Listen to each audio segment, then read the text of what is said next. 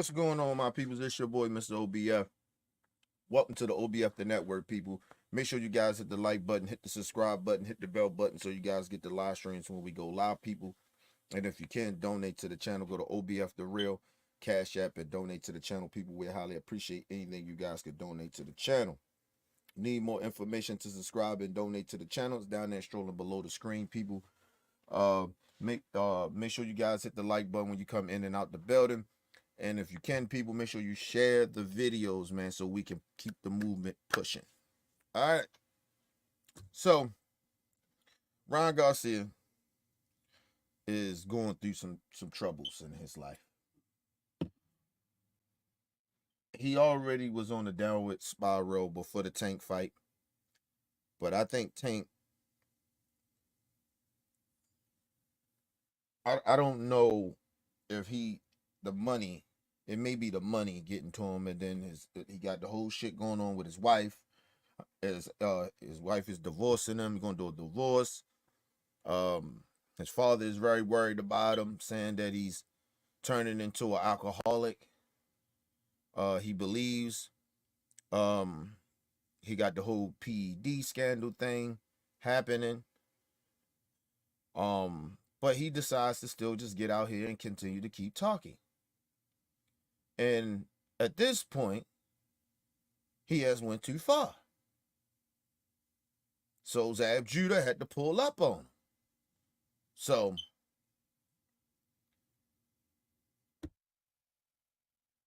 let's get into it, people.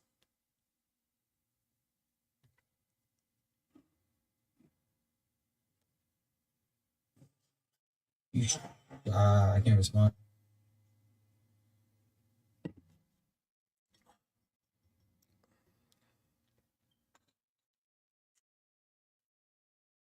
His lives, it paused.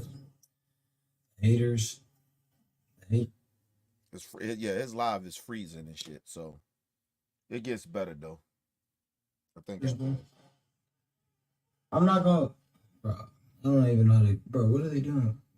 I did not press that. Y'all need to all. There's nothing funny about this, dude. So bad, and the fact that they try to cover up is crazy.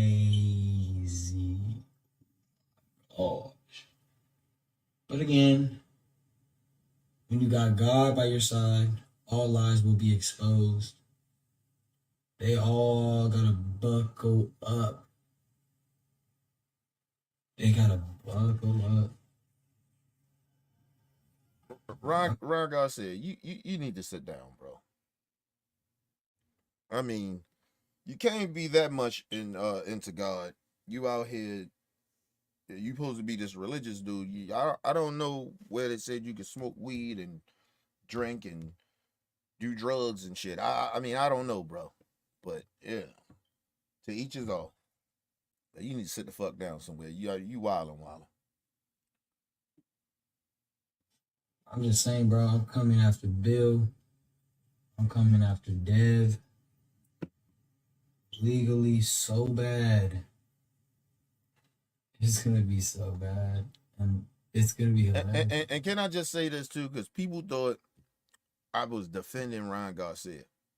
I don't like Rayn Garcia. I tried to be fair about the situation. But him and Devin Haney is corny ass niggas. They both corny as fuck. Like I don't know. There's something about these little weirdo niggas. I don't understand why they so goddamn corny. You know what I mean? One minute they tough, one minute, you know, they you know, they Allah and Jesus Christ and all that other shit. They good kids, and you know what I mean? But then they turn into some fake gangsters and shit. I just don't understand, man. Bunch of weird shit going on. They both weirdos.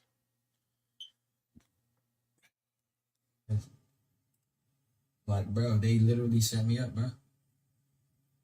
Like, y'all don't even know. So Zab Judah is Devin Haney's granddaddy. Okay. And first of all, that's not true. Zab Judah is not his granddaddy. It's his godfather. I mean, Zab Judah is Devin Haney's godfather, not his grandfather. Maybe he misspoke. Maybe he don't know what the fuck he talk about. But either way, put the drugs down. But anyway, let's move on. Bill Haney, they know each other, probably to families and parties and blah blah blah, woody woo. And there's a guy named Scooter. Okay, Scooter is a specialist in losing weight. I don't look cracked out. I'm mad out. Okay, you want to know what a real crackhead looks like, bro? Go to the streets of LA. Yeah, bro. Then you know what a real. First of all, sir,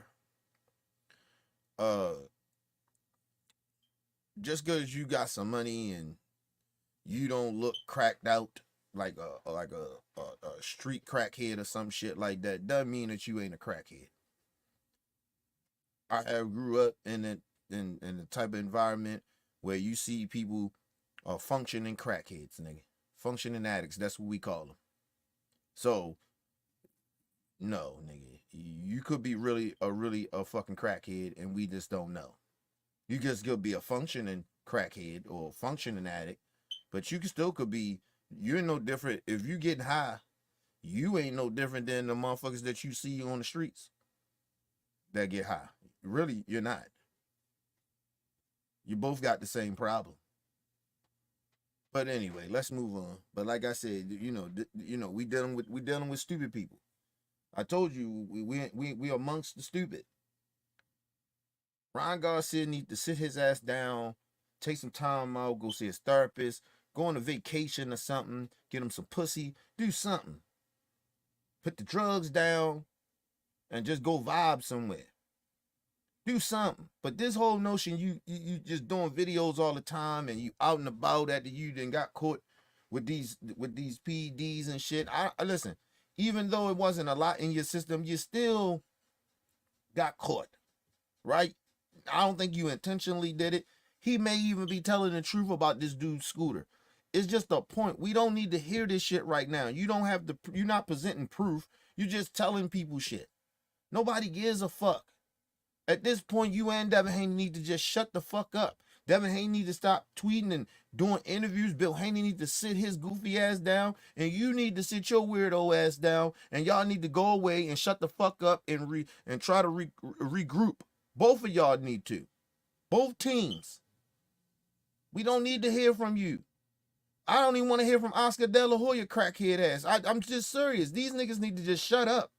Y'all are disgrace to boxing right now, and I'm being dead honest about this shit. I'm getting like real irritated at this point. You dudes, these dudes are out here promoting nonsense. These niggas out here doing reality internet shit. Like, yo, sit the fuck down. Bill Haney did an interview yesterday with Zab Judah, and I forgot the other brother name from Puerto Rico. And they had Bill Haney and Rayn Garcia going back and forwards and shit. Like, it's like, yo, come on, man. Nobody want to hear that shit right now. Listen. Then you got Devin Haney. I did the shit yesterday. Listen, nobody wants to hear that shit from Devin Haney, nigga. You a corny ass dude. Sit your goofy ass down. Take the L. Well, they even took the L away. Just go and recruit. Go do your tune-up fight and bring your ass back next year. You can, at the end of the year, you can just do your tune-up fight. Go on a little vacation. Get your mind right. Go to the synagogue or something. I don't know what the fuck. I mean, go see Minister Farrakhan or something, nigga, for all the fuck I care. But just stop talking. Both of these dudes gotta stop talking, man. Nobody wants to hear that shit. Y'all just fucking up boxing. Y'all are a disgrace. Tank just won. We still talking about you, goofy ass niggas. Y'all niggas fuck the game up. Both of y'all think y'all bigger than what y'all really genuinely are, but y'all not. And it was proven. Everybody can say, oh, Rayn and Tank did so big just because, it was Rayn. Yeah, Rayn brought his little fan base. It's cool. But look what he did with Devin Haney. Devin Haney don't bring a fan base. Rayn Garcia got an okay fan base. These niggas is not that good. I mean, their fan bases is not that big. And they overrated fighters. One don't take the fucking game serious, which is Ryan Garcia. He don't take this sport serious. And then you got Devin Haney. He takes the game serious, but he takes the shit. It's almost like it's a cartoon character. You don't know if he trying to be tough, and then he want to be a school kid. He want to be a good kid. Like, dude, sit your ass down. Both of these niggas act like they got bipolar. One of them over here thinking they way better than what they really are. The other one don't take the game serious. And got all the talent in the world, but just don't take the game serious. Let's move on, man. Ooh, crackhead looks like, bro. Don't ever come at me like that, you weirdo. Anyways, you know, and this is the thing with Instagram. They could, like, the little accounts could say whatever to the big accounts, and the big accounts can't say nothing. Come on now. Okay, so Scooter. How about this? How about you get your ass off Instagram? Let me tell you something that Tank does that I love that he does. A lot of times, Tank don't be on the internet a lot. Only time you see Tank come out is when he get ready to promote his fight here and there. If it's a fight that come out here, speak on it here and there. But he rarely say anything. It's Earl Smith does that. Terrence Crawford, you rarely hear him say, like, these dudes. I don't even hear Canelo on that shit because he don't need it to promote himself. But like, it's dudes like, yo, y'all look at the dudes that don't be doing this dumb shit. They get mad criticized. But the dudes that be on the fucking internet all the time doing this nonsense, they get all the praises in the world because they do fuck shit on the internet. We just live in fucked up times right now, bro. I don't understand. The fake niggas are winning. I don't understand that shit. These corny ass dudes is winning.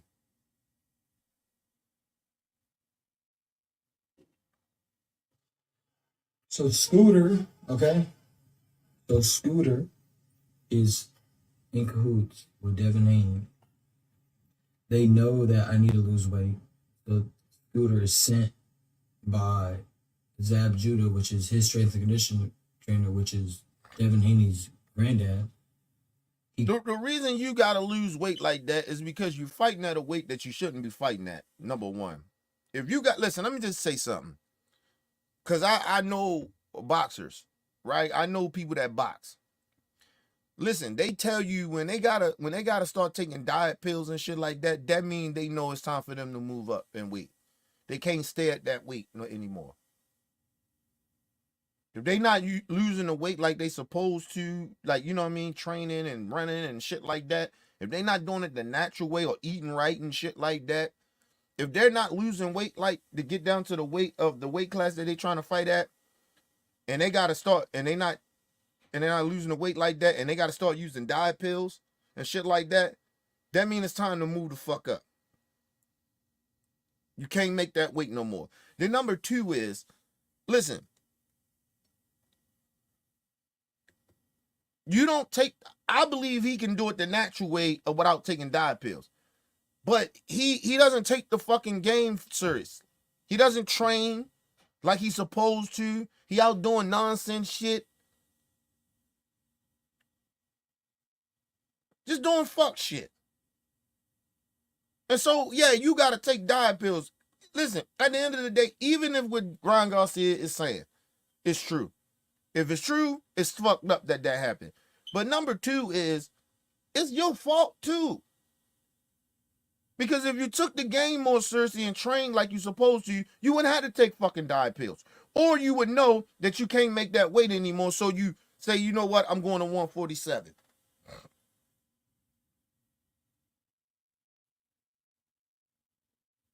Mind you, let me just say this. These niggas' natural weight, him and Devin Haney, they weigh about what I weigh. They walk around, and listen, I'm in pretty good shape, right? So at this point, I'm probably about a $175. right? Buck 70, right? These niggas, when they ain't training or nothing like that, these niggas probably heavy as me. These niggas probably walking around 185. 180, 185. That's that natural weight without even working out. If they work out and be in good shape, they're probably around, they should be probably fighting around like 154, 160. They in that weight class. They shouldn't even be at 147. 140, they at 140. Like, come on, bro. Even if I train real good, I can't make 140. Like, if I was to like really work out every fucking day, put down my beers and cigars and shit, eat correctly, I still couldn't make 140, people. I couldn't make 147. I don't even think I could make 150. I can get to 160. Maybe. So I know these dudes are down there killing themselves to make 140 and 147, which they shouldn't have to if they just fight at their right fucking weight class. But anyway, let's move on, man.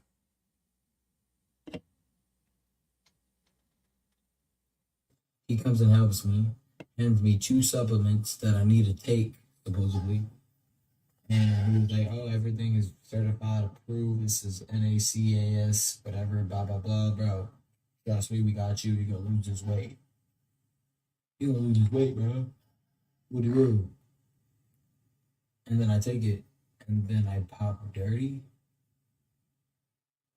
Coincidence? I think not. It's called a setup, bro. What do I got to lie for? See, listen, honestly, I don't think he lying. The problem with it is,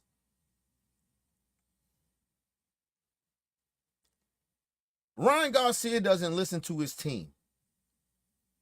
So people would say, well, why his team ain't like checking a lot of this shit that he doing? Like people probably were like, well, where's his team at the saying, like, hold on, man, he's cool with the other side and shit. Why is he giving you diet, shit like that, pills or whatever, right? Rayn doesn't listen to his team. And then when he does listen to people, he listens to the wrong people. So it's like, yo, even at the end of the day, even if this shit is true or what he's saying, and I don't think he's lying, honestly, because he never popped dirty before. So he's not like some dude that just go around popping dirty and shit. Listen.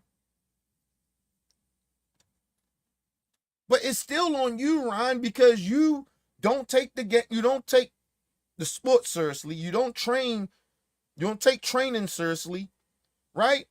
And you don't listen to your team. You're a wild boy. So ain't nobody going, if you ain't listening to nobody going to be sitting there trying to give you advice or try to protect you if you out here wilding and shit. So at the end of the day, even if this is true, it's still his fault. Because he got to take a look at himself in the mirror and be like, yo, I need to chill the fuck out. I'm out here making reckless decisions.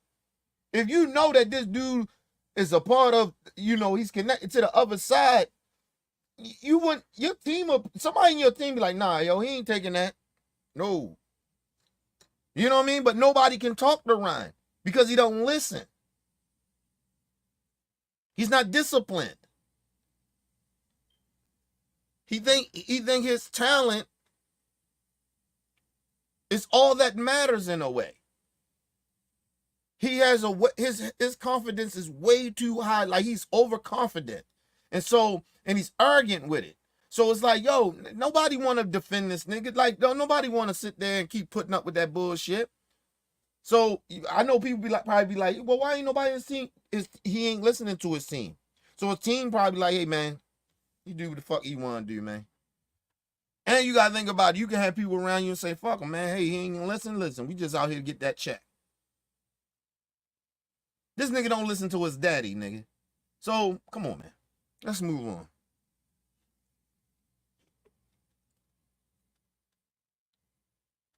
Suppress my views. They do all that they can, bro. Everybody wants to watch this live, bro. Bro, like, I gotta know the Matrix is real. Aliens are real. Allegedly. Yes, this is all allegedly. Alright, allegedly, my asshole, they did this to me. No fucking allegedly, bro. Yes, you did this because I don't gotta say allegedly if I'm telling the truth. The truth is the truth, a lie is a lie. Free me, bro. First of all, you talking about it and you ain't putting no proof out. So yes, you supposed to say allegedly. So that's why people telling you to say allegedly, because you ain't presenting any evidence that this happened. I'm not saying he's lying. I'm just saying he's ain't proved no. I'm not saying he lying or he telling the truth. All I'm saying is you ain't presenting no evidence. So it's all allegedly that this happened. Let's move on. So I said these motherfuckers think they so smart, but they ain't that smart.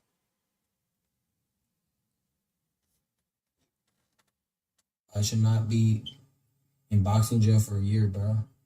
Ain't no rematch. I ain't giving this motherfucker a rematch. Time out. See, this is why both of them these dudes are corny as shit. First of all, Rayn Garcia said we already know that you did not get in get banned for a year because of the PEDs. You got banned because, like I said, you got banned.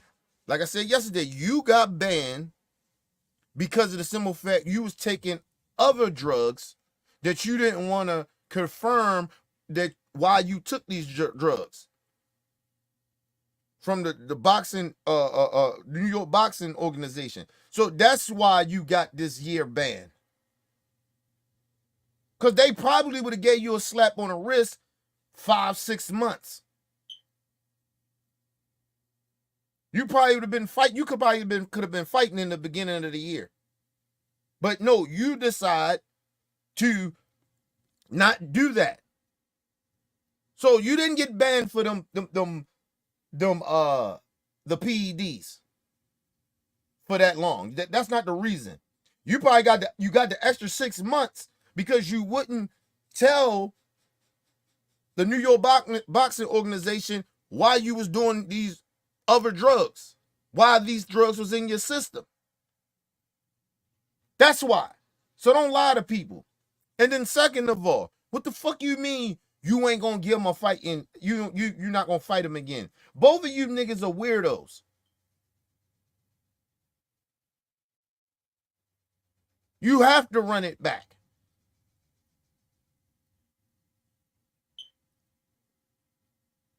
You have to prove to the world that them PEDs, regardless, a lot of us know that it didn't have an effect why you whipped his ass. But to a lot of boxing fans and people that ain't really big boxing fans like that, the casuals, they don't know the difference. They don't actually care in a way. They just know that you failed a PED test. So you have to go back and prove that, hey, these PEDs it wasn't the reason I whipped his ass. So you have to fight Devin again. Devin said to say, I'm not fighting him again. He's a cheater. No, you got to fight him because fight him again to get your shit back in blood. But at the same time, to prove to people he can't beat me, it was them PEDs. So y'all both got something to prove. Regardless if they sitting out, he talking about I ain't fighting them again. Get the fuck out of here. Rayn Garcia, nobody's coming to your fights if you do not fight Devin Haney again. Both of y'all can do a tune-up fight, or y'all can go back right away and fight each other for all the fuck I care. But y'all gonna have to fight each other for anything, for y'all to even get y'all pushback. So let's move on. This shit is just ridiculous, bro.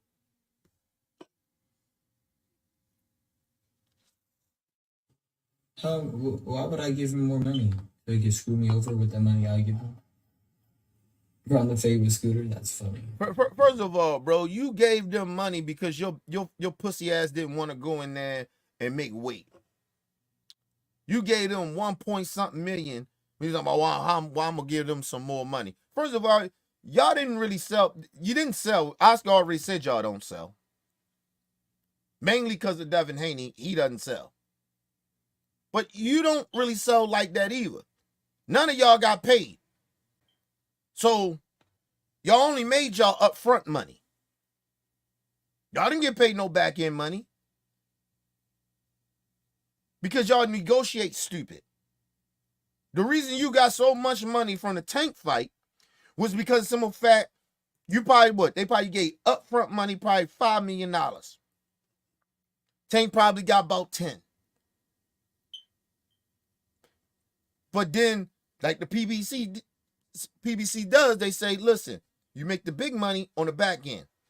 Prove y'all worth. That's how they do their fighters. That's why you made money with the Tank fight. You didn't make no money with Oscar De La Hoya and them. It's because number one, Devin Haney doesn't sell, and your contracts was bullshit. Devin Haney wanted all his upfront money. You wanted all his upfront money, and y'all stupid motherfuckers didn't make no back end money.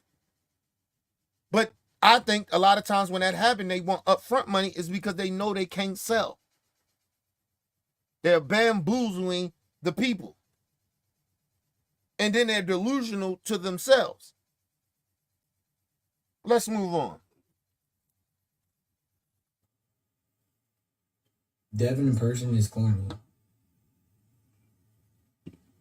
Ryan looks like I got beat up, bro.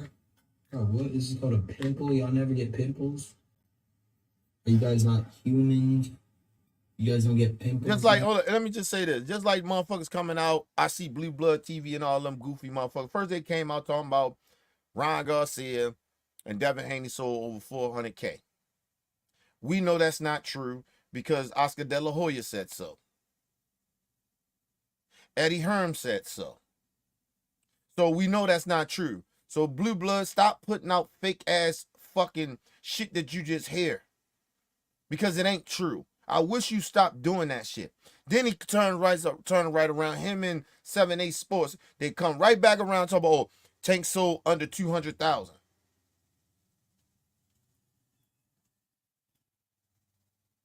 Even if Tank sold 200,000, 200K, it's still way more than motherfucking Devin Haney and Rayn Garcia fight.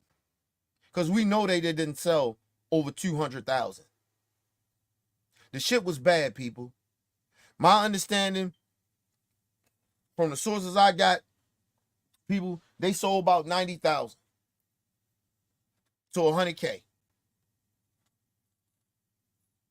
Maybe 150 or something like that. It's around from 90K to 150K. That's what it looked like they sold. Some motherfuckers was putting out they sold 50K. No, that's not true. It's between 90K and 150K of what they sold.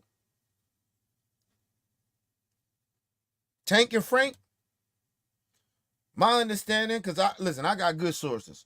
Like I said, I know people in this boxing shit. Listen, that's a part of them shits, especially the PBC. Listen, Tank sold, from what I'm hearing, he sold around about 500K to about 700K. It's around that. Cause like I said, Frank ain't have no name like that, so I didn't expect him to do crazy pay-per-view numbers on this, but I expected him to do about 500K. Now, listen, if my source is wrong and it come out and say Tank did 250K or 200K, I wouldn't be shocked about that either because of Frank Martin. But like I told y'all, the pay-per-views is always, I don't judge a lot of them fighters off of can they sell pay-per-views, because it's always iffy and tricky. People scream this shit for free a lot of times, and then they try to act like they big fans of these fighters.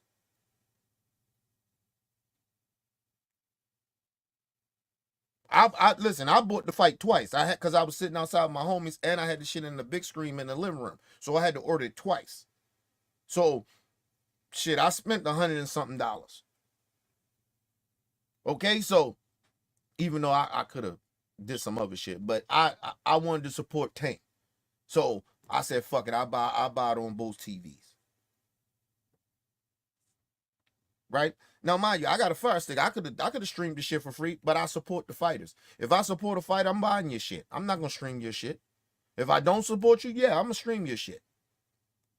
And it's not even that I don't support you. Listen, if I had made this New Year's revolution ever since Tank fought Rayn Garcia. I said I am not buying bullshit fights no more.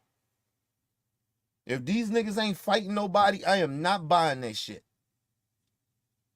Half of these niggas fighting on free TV anyway over there, especially over at Top Rank. Them niggas don't get on pay-per-view. Bob is not paying them no money.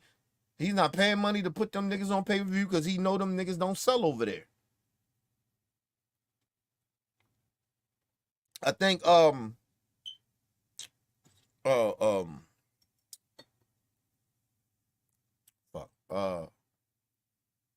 Alvarez and Munguia, their pay-per-views is around the same, around Tank shit, around 500,000 to 700K.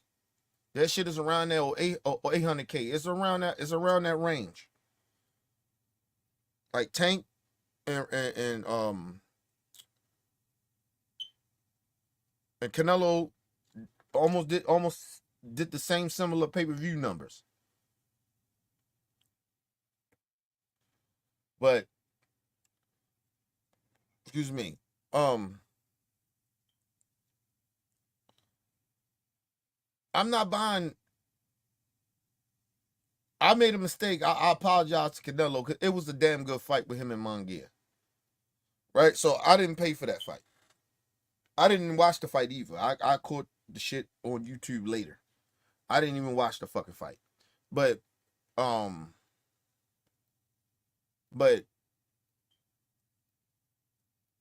that was my mistake. I apologize to Canelo for that. But yes, you can't judge these dudes off of pay-per-views like that. A lot of these fighters and shit, you basically gotta judge them off of how much they sell at them stadiums. If they selling out them stadiums and the ticket sales. That's how you know who sells and who don't sell. It's telling y'all. That shit with Frank and Tank, his first couple levels of seats, them shits ran 500,000. I mean 500, 5,000, 10,000, shit like that. From the first couple of seats, first 6, 7 to 8 rows. Then after that shit comes down to 2,000, then 3,000, 2,000, 1,000, and shit like that. Then you get the nosebleed seats. You might get them shit for $500 or something. But yeah, that's how you judge these fighters and how they sell. And you got to look where they're doing these fights at. If they're doing these fights like Tank doing his shit in Vegas, you know his shit gonna cost a lot.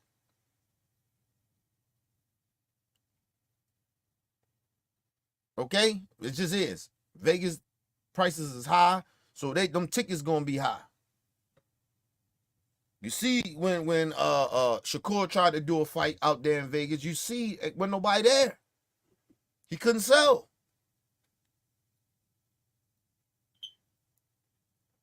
And it was something that Leonard Ellaby said. It's like, why the fuck are you fighting with NASCAR? Something like that was happening out there. Man, them people ain't coming to see that shit. NASCAR, that type of shit, when it come to Vegas and shit like that, when they come in there, nigga, that shit is big out there. That shit is big. That shit is bigger than boxing. That shit is bigger than like the Kentucky Derby or some shit. That shit is bigger than shit. When the Kentucky Derby and NASCAR and that shit, when that shit comes to like towns, that shit is huge. Especially like, cause you know that shit be like, it's more like in the South. But when that shit start coming to like the West Coast, East Coast, and shit like that, that shit is huge. Cause that shit don't come there like that. I'm just trying to tell people that. So like when the other people say that shit is stupid, they putting that shit out there. And then they did it for free TV. So you know the shit was gonna be bullshit. Shakur shit wasn't gonna sell. And they was fighting on a Thursday. Who's fighting on a Thursday, nigga? Listen, everybody know boxing is always on a Saturday. Sunday, it's pushing it. You know what I mean? You doing a little extra. You don't fight on a Friday. You don't fight on a Thursday. Nigga, it's a Saturday, and Sunday is pushing it. Now, Tank probably can do a Friday fight. I mean, a Sunday fight or a Friday fight. He probably could do that. But a lot of those boxers and shit, they can't do that shit, nigga. You got to fight on a Saturday. And you got to make sure that shit is open. But make sure you know what I mean? Like, they weird. Especially, like, and you doing it in Vegas. Like, come on, man. Let's move on. Pimples now? Wait, what? What? It was great. Oh, and I want to say this too. My bad, people. The Frank and Tank fight was supposed to be in Texas.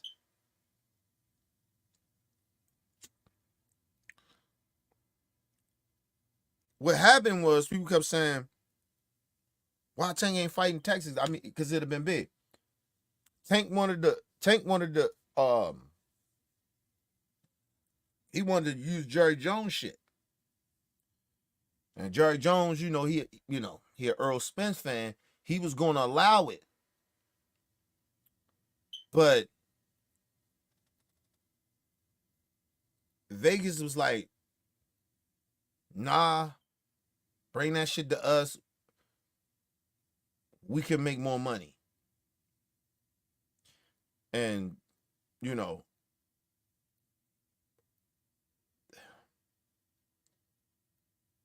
even though Frank fan base, he don't have a real big fan base, but I think if they would have fought in Texas, a lot of his fan base would have came out. Right? But a lot more than what they came out in Vegas, right? Because in Vegas, it was more Tank shit. But I think it could have been about a 40-60 if they'd have fought in Texas. You know what I'm saying? But they fought in Vegas, that was about a 70, about a 80-20 maybe, or 90-10. Like, it was like for Tank. But they didn't fight in Texas, and they got the Jerry Jones. They wanted to get the Jerry Jones shit. He was gonna allow it because of Earl. But I think Vegas offered more. They offered more, and that's why it made more business sense, because the Vegas call was like, nah, we want that fight. Come on out here in Vegas, we got you, and we gonna give you the money and shit like that. And then you gotta understand, they with a new promotion, people that's putting that money, which is Amazon. So Amazon Prime. So Amazon like, fuck that, we trying to make that money. You know what I mean? They want, you know what I mean? So yeah. But shout out to Vegas though. They offered Tank a lot of money. That's why that shit happened in Texas. Cause he'd have sold out that motherfucking Jerry Jones shit. His stadium. He'd have sold that bitch out. Them niggas, one thing about Texas, down there in Texas, them niggas love boxing. Football and boxing, they love that shit down there. I'm telling you. They are big football and boxing fans. More than the NBA, more than baseball. They are more football and boxing is second. They love them some boxing down there. So that shit have got sold out. And it's the South. Oh, shit. Let's move on. It's Texas, too. Come on. Pimples now? That's cool. That is really cool. You can't have pimples. I'm ugly. Whatever you want. Hold on, y'all. Wait a second. I think my daughter called me.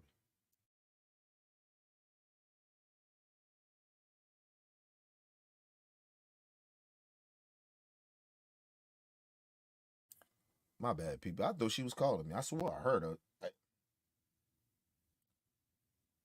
me see where my daughter at. I know she probably upstairs. I know my wife went to the store. Give me a second, people.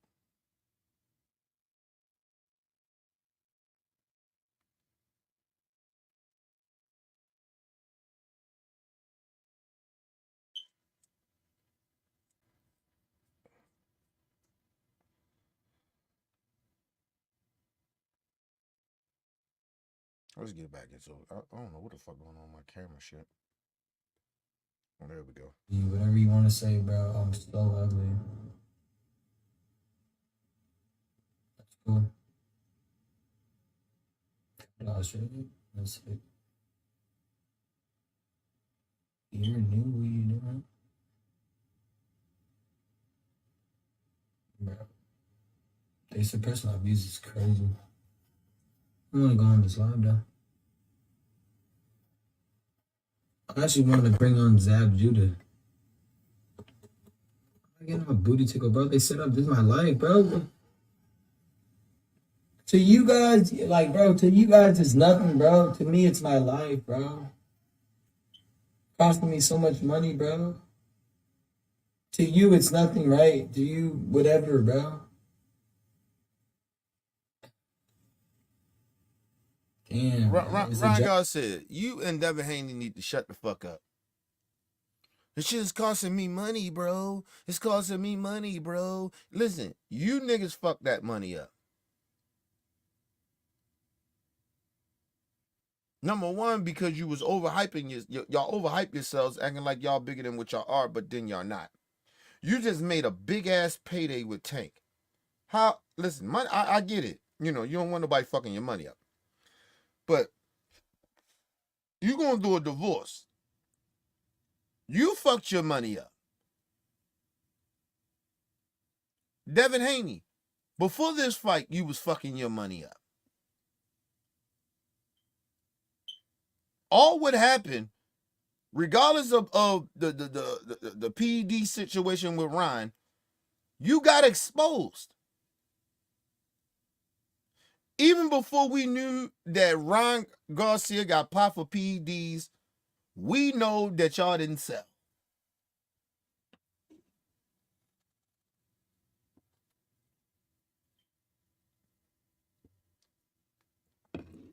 See, I'm gonna tell you what was happening with Devin Haney. Devin Haney, when he kept jumping around the promotions and shit, he was getting Bob Ehrman, and Bob Ehrman was treating him like he was like, all right, Bob Ehrman knew he wasn't selling. All right, we'll give you the little $3 million you want. Okay, cool. And that's all his ass was getting. He wasn't getting back end money. Even with the Lomachenko money, fight, he only made about $5 million. Because he got a lot of that money up front. So he didn't really make no back end money really like that. So, but it cost Bob. Bob only came out even with that fight with him and Lomachenko. He didn't make no money off of that. He barely made even. So he didn't make no money. That's why he said Devin Haney doesn't sell. Then he go to Eddie Hearn. Eddie Hearn ain't make no money off of that shit. Actually, he probably lost some money on this fight with him and Rayn Garcia. Golden Boy, same shit. They lost money. That's why I believe that Rayn had to pay Golden Boy $1 million. You lost the money. Especially with the scandal and all that shit, you making shit look bad for the company. The promotional company. The fuck you doing? So, you know, they both are not selling like that, but I keep telling you, they keep acting like they make money. Listen, Rayn Garcia, before the Tank fight, he was making more money outside of boxing than he was making in boxing. He was getting endorsements and shit like that. He was making more money from that. He wasn't making no money in boxing until he fought Tank. That was his first big check. These niggas was only getting like $1 million, 2, 3 million. Listen, people like, oh, that's some money, Kenny. No, it's not for these today boxers. It's not. That ain't no fucking money. It's no money.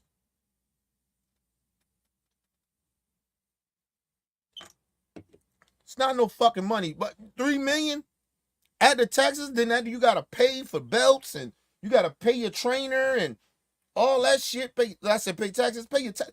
Nigga, they probably come out maybe a million, probably $1.5 million. Maybe. They ain't making no money. That's why Frank was told Shakur and shit. Like when Frank was like, you giving me $1 million and what? Like, nigga, I already get that. This is supposed to be a big fight. Nigga, give me about 2 million, 3 million. Cause once Frank was making like $1 million or something, but by the time he paid his trainer and taxes and his promoters and all that shit, there's a lot of shit coming there. You gotta pay people. Frank probably was only getting like maybe about 600,000, 500,000. You not making no money. There ain't no money to these boxers. I'm just telling y'all. It was like when Devin Haney was sitting out there talking about, oh, shit, the biggest shit Devin Haney made about $5 million. He was getting $3 million after everything, after taxes, pay his daddy and all that shit. Yeah, you getting $3 million. Round about that. And these niggas wasn't making no money. They ain't shit. I mean, it's money, but it ain't what. Listen, I'm just trying to tell y'all, man. Can't live off that shit. Especially these niggas, and especially how these niggas live in their lifestyle. You gotta understand how these niggas buying jewelry, cars, and houses and shit. That shit costs money. You gotta still keep your bill. You gotta pay your bills, nigga.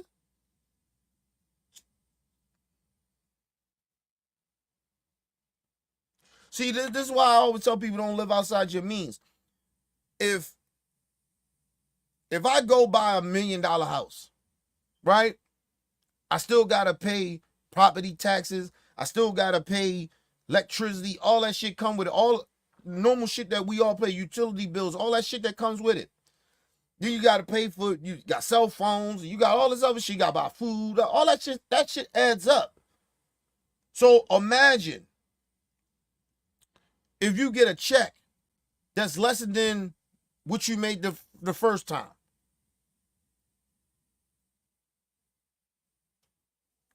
You're not saving no money, because a lot of that money gonna go to all your utility and extracurricular shit that you've been doing. Car insurance, like come on, bro. These niggas got 3 and 4, 5 cars. For what? For what?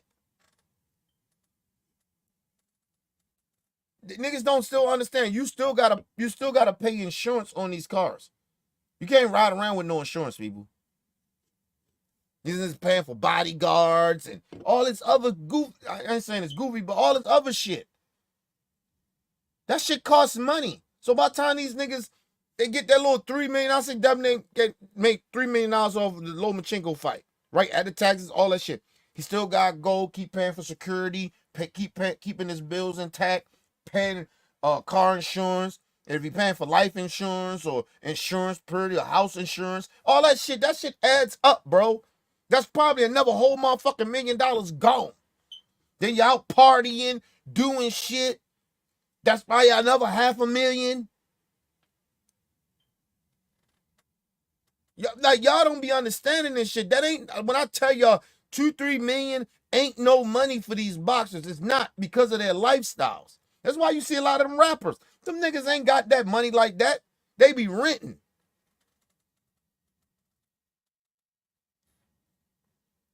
You niggas, man. Listen, I talk to businessmen. I used to be a business owner, so I know this shit. I'm telling you, these niggas ain't got the money that they be claiming. That's why I tell you, I don't talk. Listen, I don't say I got all this crazy buku money, nigga. Listen, I live frugal, nigga. I live okay. I am fine. I live in my means. I don't try to live like everybody else. I don't try to go out and ball. Y'all see I got little chains and shit, nigga. That took me a minute to get them chains. Some of my shit, well, I can say some of it. A lot of my chains is custom made. So I had to wait on that shit for a little minute. Nah, fuck all that, nigga. Nigga, I gotta go put new tires on my car and shit. You know what I mean? Like, honestly, nigga. Like, but no mind you, my car, me and my wife, both our cars are paid for. So we ain't gotta worry about that type of shit. But we still pay insurance and shit. That shit don't go away. Then we got another like thing for cars. Like, say if our cars get fucked up, some shit going on. Like my car right now need new brakes. So, you know, we got this, it's called not the regular car insurance, it's called some other type of insurance where you can go and they pay for the shit and get it done. I forgot what they call that shit. But yeah, man. And then in Baltimore they went up on house insurance. So we had to find some new house insurance shit. Like, you know what I mean? So like, yo, we like, nigga, I don't live outside my means, nigga. You still got to pay for Medicare, you know what I mean? Make sure everybody can go to the hospital and shit. That shit adds up, bro. That's just thousands of dollars every month. People don't be realizing that shit. That's why I don't live outside my means. Nigga, I'm cool. Even though I get paid every week, it doesn't matter. I got a little money in the bank. It doesn't matter, bro. If I can't save no money, then I didn't make no money this week. You get what I mean? Honestly, if I can't put something in my savings, I ain't make no money.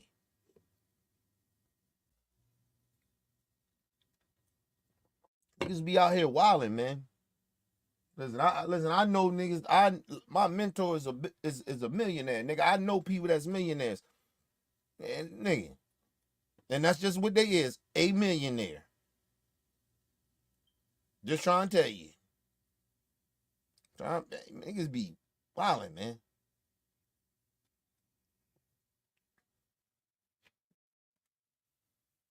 It's a joke to y'all. That's cool.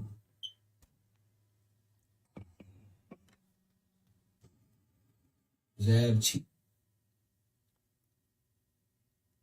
This shit is freezing or buffering or whatever it is. You guys are messed up, bro. It's a joke. I got money, bro. No, you all messed up because you on the internet listening to these people, responding to stupidity. Listen, it's almost like sometimes, right? I don't like to respond to certain stupid shit in the chat because it ain't worth my time. But a lot of times it's because of the simple fact I'm in a different reality than a lot of niggas. A lot of people. I'm just in. People just ain't on my level. Like I was talking to my cousin yesterday, my big cousin and shit. Like he in a whole different, like his shit is way different from my shit. He in a different reality. Like you know what I mean? Like people, it's a different bubble. Like niggas is on some other shit. He ain't even on my shit. Not saying that my shit is not worthy, but it's just like he on some other shit. It's like when you get a certain age, bro, shit changes in your life. So a lot of shit that probably means something to me don't mean shit to my cousin. Cause he's just in a different space. I figured that shit out yesterday when I was talking to him. Like sometimes people don't understand that. That's why, like, when people say, you know, like people say sometimes they grow out of relationships with their girl or man or whatever in that relationship. It ain't no different than friends and family, people. You grow out of the relationship because you ain't on the same level anymore. You're just not. You over here and these motherfuckers still there. You done moved over here and moved up here, and these motherfuckers still want to be here, or they can't move, or whatever the situation may be, but they're not on that level. So you just gotta like kind of like some people like to keep on trying to come down to that level to keep the friendship or keep the relationship going on. And no, you shouldn't do that. You shouldn't do that. Because it stops your growth. This is like the conversation me and my cousin was having and shit. Like, y'all, like, and I understood that shit. And then my head got real clear because I was just thinking about a lot of shit. And my head got clear. I just was like, all right, I get it now. Like I always say, y'all don't know everything all the time. People, listen. But sometimes my head can get cloudy sometimes with shit because I be trying to still stay connected to people. But then sometimes I'm a giver, bro. And I don't like to see people mad at me and shit like that. You get what I mean? I don't like to have rocky relationships. That's not my shit. Like I'm a very genuine dude.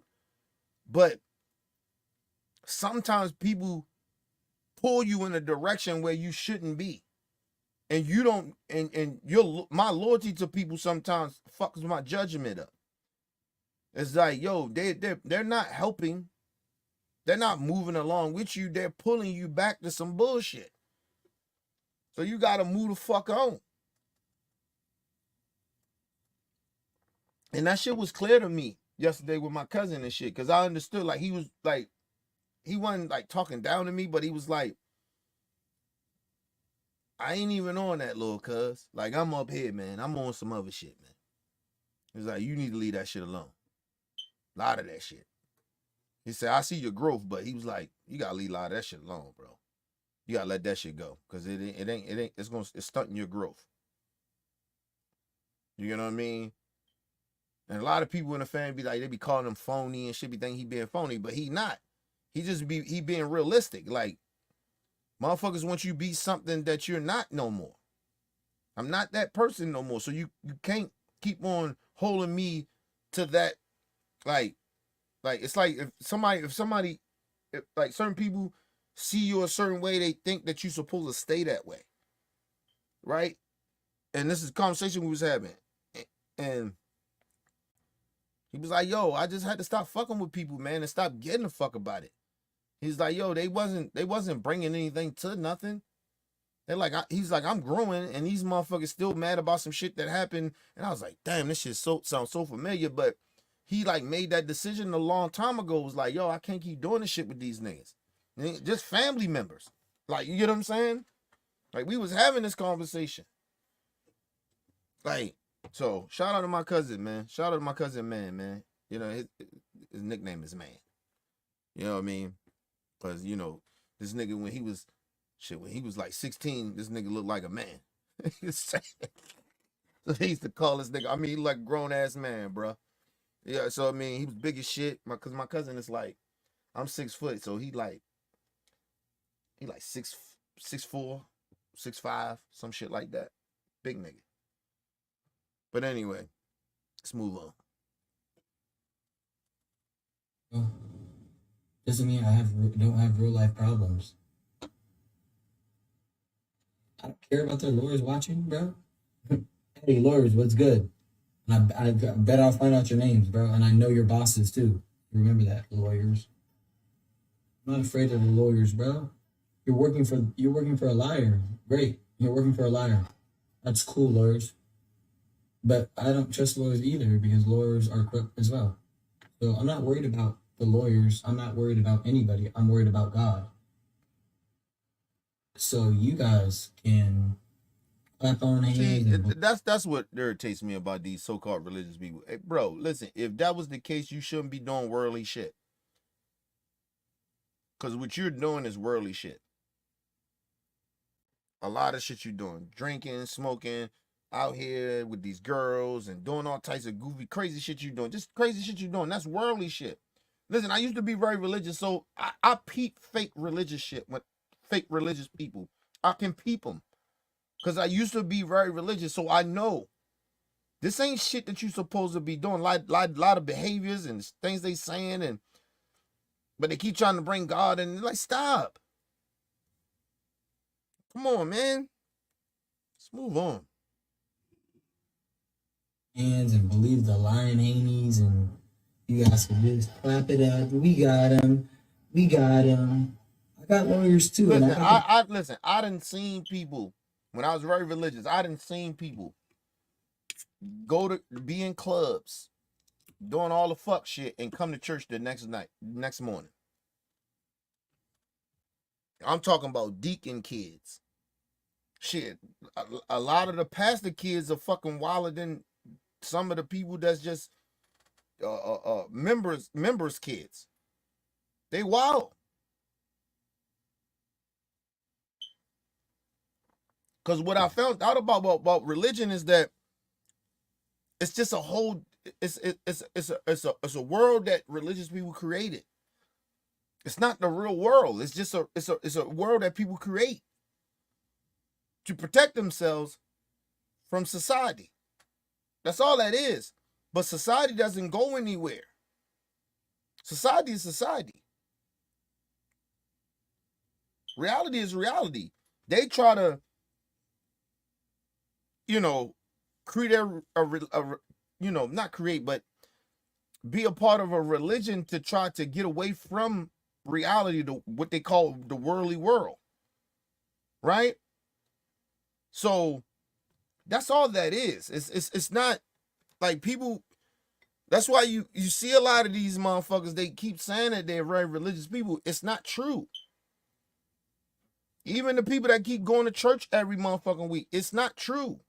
They're not real religious people. They're not. These people live worldly worlds. They live in the worldly world. It's like Mormons, right? Mormons you can take serious. You can take Mormons very serious. You can say they about what they're about.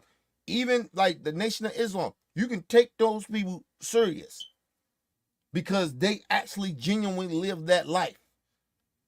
Every day, all day, nigga, it's what they are. It's who they are. A lot of these Christians and Catholics and motherfuckers like that, I'm trying to tell y'all, they ain't really religious and Catholic. They're not. Because you don't supposed to be a part of the worldly world. Anytime you go in the worldly world, it's for you to help the worldly world, not to be a part of that. It's almost like it was TD Jakes. Like, nigga, you don't supposed to be at no Diddy parties, bro. That's the worldly world. You can't be a part of that. I don't give a fuck if they ain't drinking or not. But this dude is not a Christian.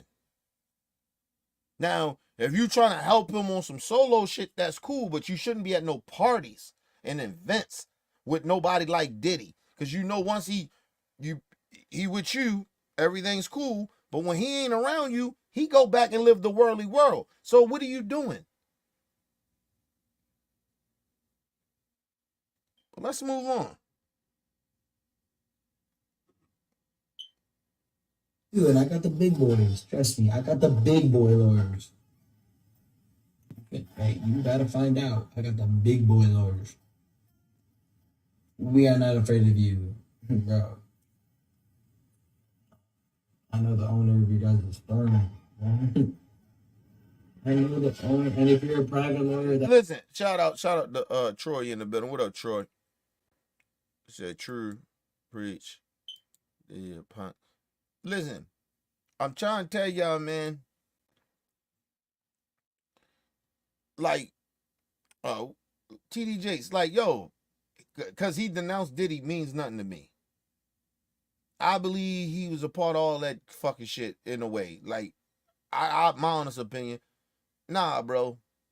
I done seen very religious people. I've been very religious before. I'm telling y'all, this ain't this shit that y'all seeing now. This ain't religion, bro. This shit is some shit. These are fake religious people out here. You see a lot of them even on the internet saying all types of crazy shit. I'm a Trump supporter. Like, they are not real religious people. They are scammers. They are scamming people.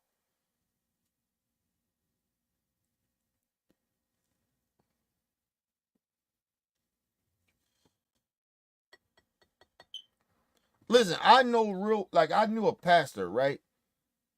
That was single, but he was a pastor. And he was going on dates and shit like that. But he was so in tune of being a religious person, he never had sex with that woman. I don't even think he kissed her.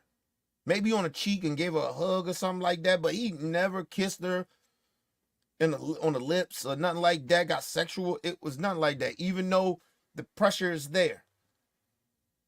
I know real religious people. I grew up around some real religious people. Some was fake, but a lot of them was real. That's why I was a very religious person, because I understood the real from the fake. The reason I stopped being religious is because I came to find out that this shit isn't nothing but a cult. It's not really real reality. And even the motherfuckers that's real religious, they pick and choose even out of the Bible or what they want to present to cult people, like the people in the cult. So that's why I'm not religious. Just being real.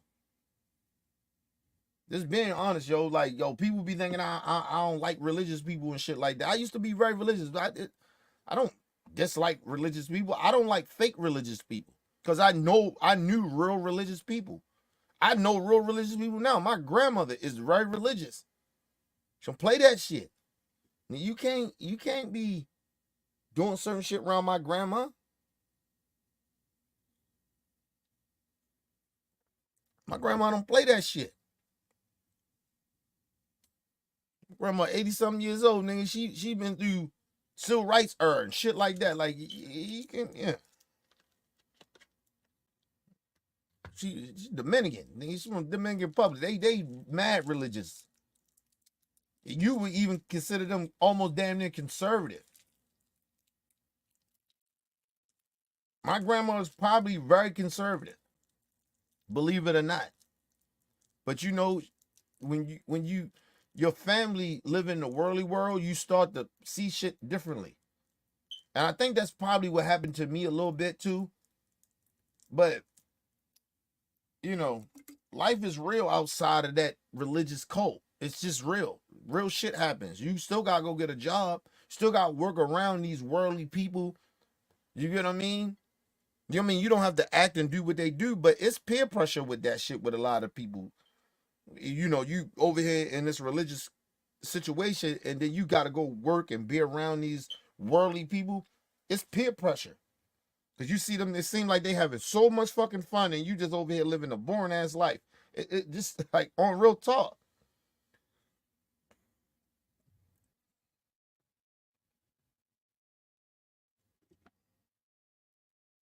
Lawyer, that's great, but at a certain point, you work for somebody else. So, again, you don't scare me. I only fear God, and that's facts. And when I tell you I'm not playing with you, don't ever set me up. I'm the most petty man alive. When you screw me over, just buckle up. But you're not a very religious person. Because I know real religious people. It doesn't matter what you do to them. They leave it up to God. They don't get petty. They don't want revenge. They don't want none of that. See, this is what I'm saying.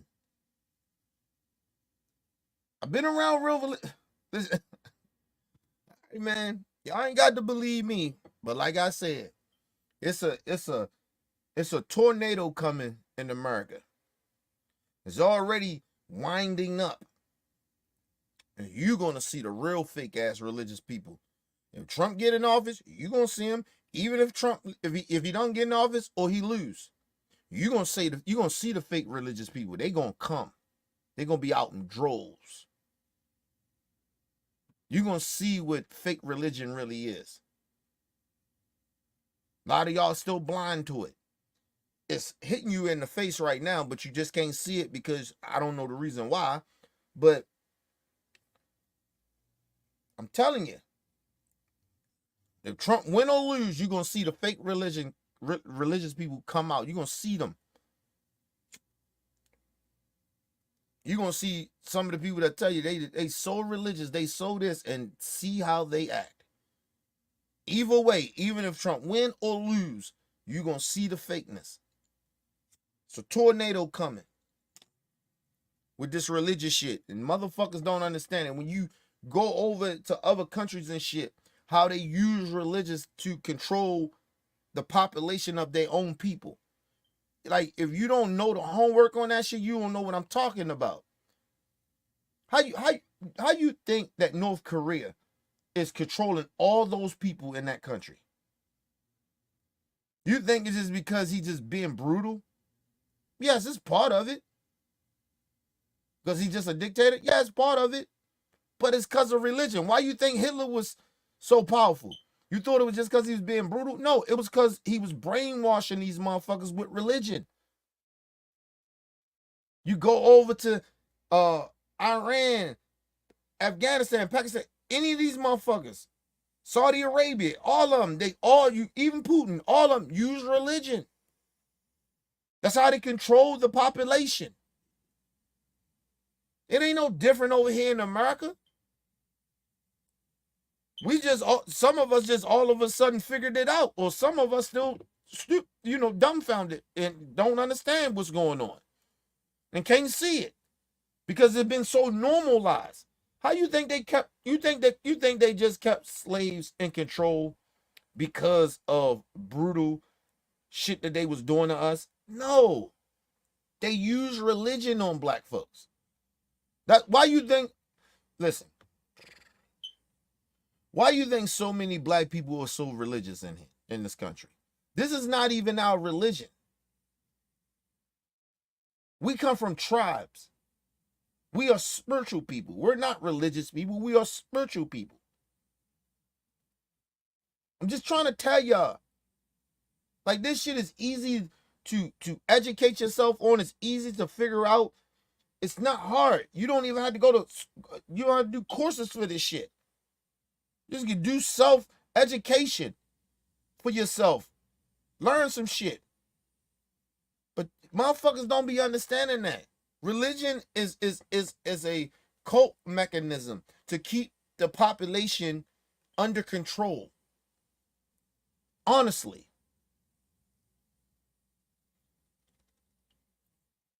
You think I'm lying? Go to Dubai. Go to Saudi Arabia. Go over there in Russia. Go to a lot of these dictator countries. Lil Kim, North Korea, even in China. Y'all crazy as shit.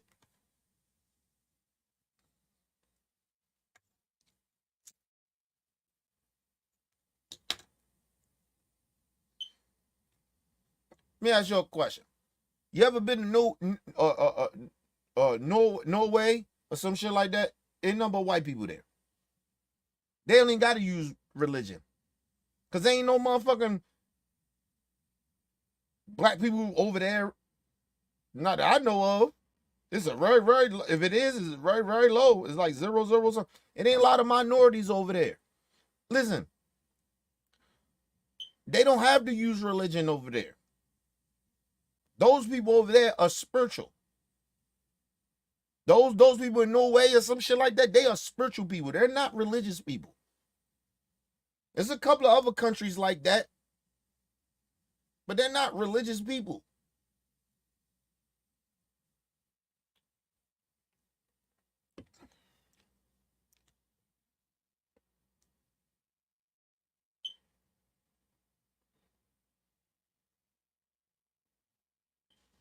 Norway, they don't even really have crime over there like that.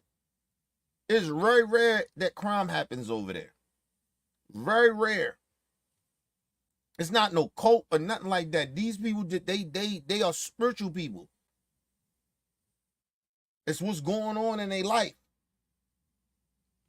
You know what I mean? They live in reality. They don't live in no cult. They don't live under religion. They actually, believe it or not, if you want to be real, Norway lives more of a democracy than America does. I'm just telling y'all. Go do your research on Norway. It might be racist over there for all I know, but I'm just telling y'all.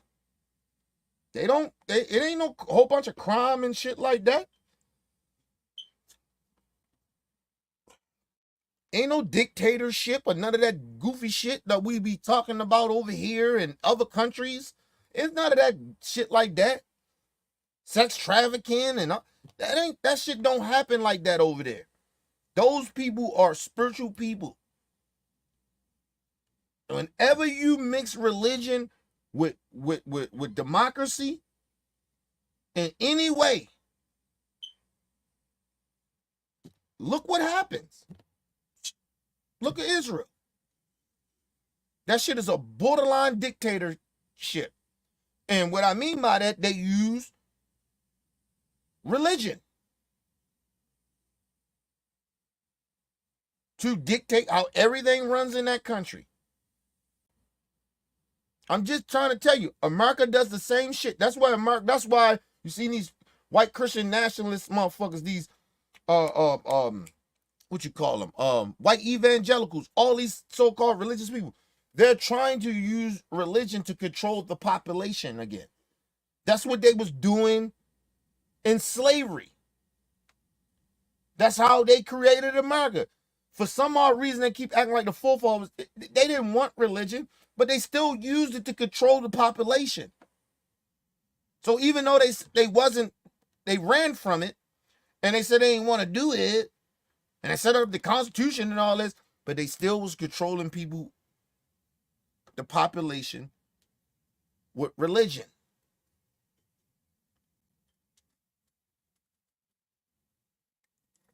Because what happens?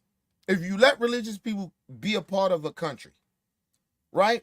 Somehow they're going to work themselves up and plot to push religion to control a country.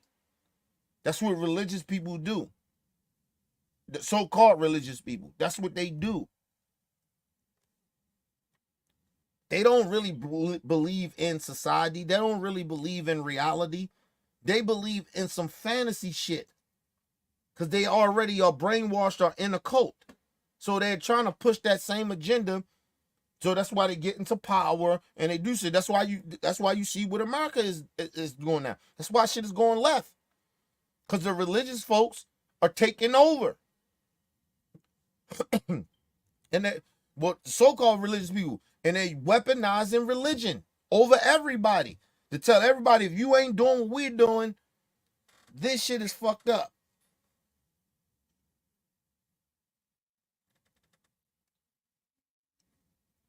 It always has been this way. It always have been religious people and people that live in society. It always been a clash. Throughout the world, through history, it always has been that. That's the fight. And then certain religious people fight amongst themselves. And so that happens. People, you got slavery. People enslave other people over religion.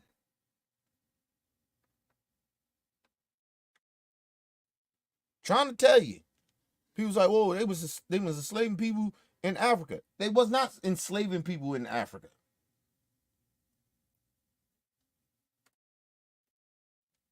Listen, people keep thinking like, oh, well, African people was enslaving black folks. They was not. They weren't. What happened was in Africa was motherfuckers, our brothers and sisters back then, they were using what the white man taught them to control the population. So we was being used by the white man, the Europeans, and they told them or whatever, and they used that shit against us. We had kings and queens and shit like that. Like we was like we didn't not necessarily, we didn't have like necessarily kings and queens. We had like head of a tribe.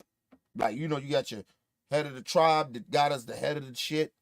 And then he got his wife and all that shit. That's what our shit was. It wasn't kings and queens and shit like that. People would always try to say that about like African shit. It's not. It was never that. We had the head of tribes, and they had they wives, believe it or not. But their main wife was that motherfucker. Everybody, whoever else he was fucking with, he had his other little wives and all that. They wasn't on that level of the top wife. So, like I said, they didn't enslave black people. They started using tactics to control the population even more because of what they was learning from the white Europeans that was controlling them.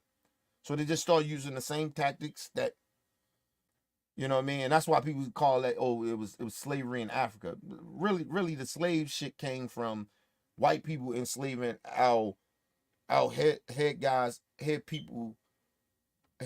from our tribe. You get what I mean? Like, I don't know if y'all understand what I'm saying, but that's what happened. And then so a lot of them out here tribe people started taking that frustration out on us, and then they started saying, if your people don't get in line, then we're gonna fuck all of y'all up. And so that's what happened. So if you want to say that black people, our African brothers and African brothers was enslaving our people, it was because of the Europeans made them do it. They didn't want to do that shit. We wasn't enslaving our people before the white Europeans came. We looked up to our elders. We looked up to the head of the tribes. They wasn't enslaving us. Wasn't no cult shit in a way, right? We looked up to them. Damn near everybody in the tribe was damn near related. Because everybody was making babies, having babies with everybody. Like, you get what I mean? So it wasn't like that. Like, people trying to make it like, oh, if you want to call we enslaved our people, it wasn't our fault. We had no choice but to enslave our people. If you want to be real about it, we had to enslave our own. Because if we didn't, the head of our tribe people, if they didn't do that and get them under control and do what the white man told them to do, then they'd have killed everybody.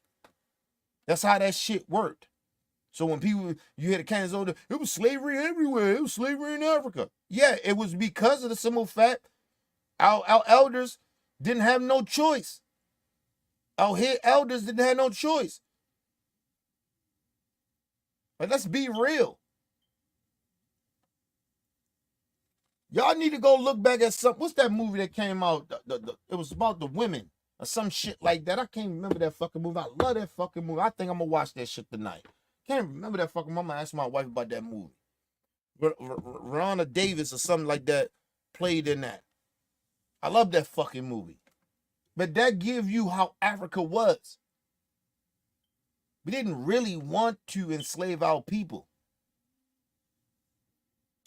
If like everybody like we enslaved our people, okay, fine. We didn't want to do that. We got put in a position where we had no choice. They talking about killing kids, killing people. Like, y'all just don't understand, man. Let's go to a quick commercial break, people. We'll be right back.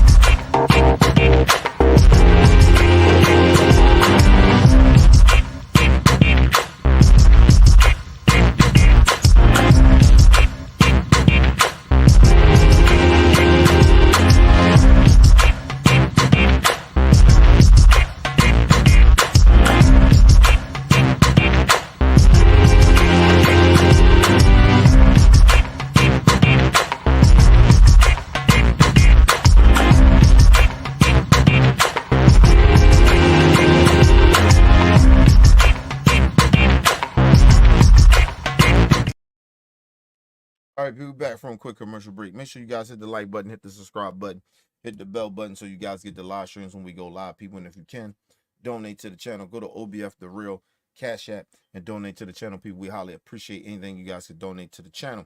Need more information to subscribe and donate to the channels down there scrolling below the screen, people. Make sure you guys hit the like button when you come in and out the building, people. And make sure you guys share the videos, man, to keep the movement pushing. Let's get back into it. Before we get back into it, but I want to finish it. I'm just telling y'all, man. Stop. Listen. Stop. I, we don't always get the correct history, right? Or all the history. We just get bits and pieces of shit. But when you dig deep down into our history from Africa and slavery and all that shit, from even Caribbeans and all that motherfuckers didn't want to. Our black people didn't want to enslave our own. That shit, we ain't never thought about no shit like that. Okay, that shit came from Europeans threatening us, trying to take over shit. Now, if you want to say somehow African leaders was weak, yeah, you can say that. But don't act like they wanted to do that. They didn't want to. But anyway, let's move on. I don't like that shit. I can't stand when people don't know the full history of shit and don't like know everything, and then they just like Candace Owens come out and say, "Yeah, there's slavery everywhere." Well, yeah, but why did black people enslave other black people? Was black people really enslaving black people, or they was made to enslave? It's like a house nigga, right? We know house niggas did what they did for a reason, right? If they was scared, they was punked, or they got tired of being like us. Because they was like, shit, if I just do what I say, I live a little better. So did they really, really want to do that? Maybe not. Part of them maybe not wanted to be the house nigga. But they felt the better way for them and their family at that time. But that's how they broke our people. That's why you see house niggas now. They have broken out some of our people.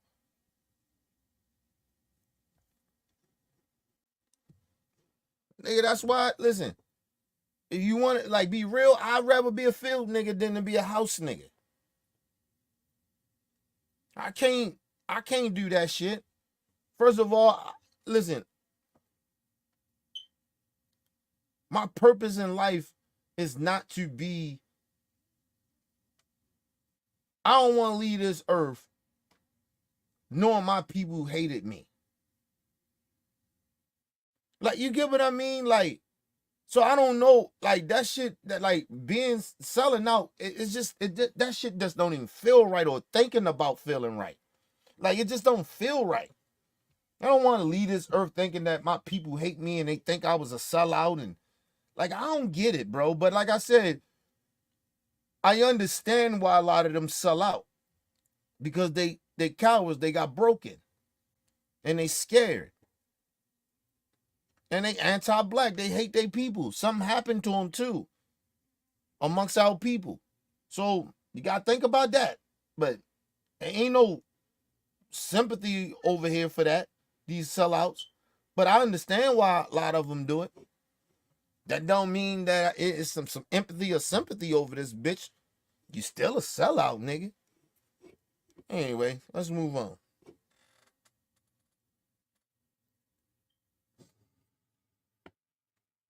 Exactly, right, bro. What's the point of that?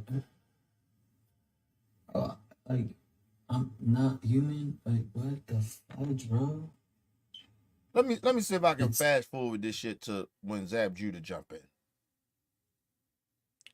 See, maybe this might not be the. Yeah, it is. It is that. Yeah, it is. Hold on, go back a little bit. There we go. I hope so. Once Zab Judah comes, I'm gonna talk to my friend Esam though. He's funny, but man, he's bad luck though. I don't know. Oh, here you go, Zab Judah.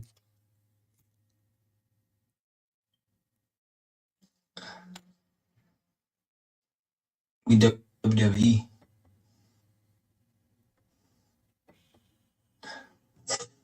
Zab, you know I like you. Zab.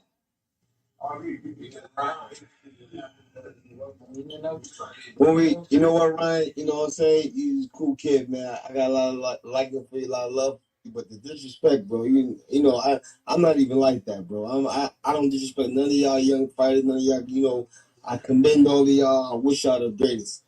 I wasn't number one. You could never put me in. I didn't even come to y'all fight. I had an engagement the same day, so I wasn't even in New York City. So for you to see all these disrespectful things about me, bro, like that's like I'm actually one of the people. I actually like you though. The thing is, I actually I understand liking, but No, the no, no. disrespect, right. You said extra D. You said fuck me. No, you said extra D. Fuck me, Brian. I'm from Brooklyn, my nigga. I don't play that. I don't Me do that. either. I've never I'm invited from another man to my. I'm from God. Listen, I'm from I've God. never invited I'm another not man to scared. my I'm private not scared party, of bro. Brooklyn. I've never I'm scared invited of a none of man to that. my See, private party. this is what I'm saying to you. And Zab is actually right about this.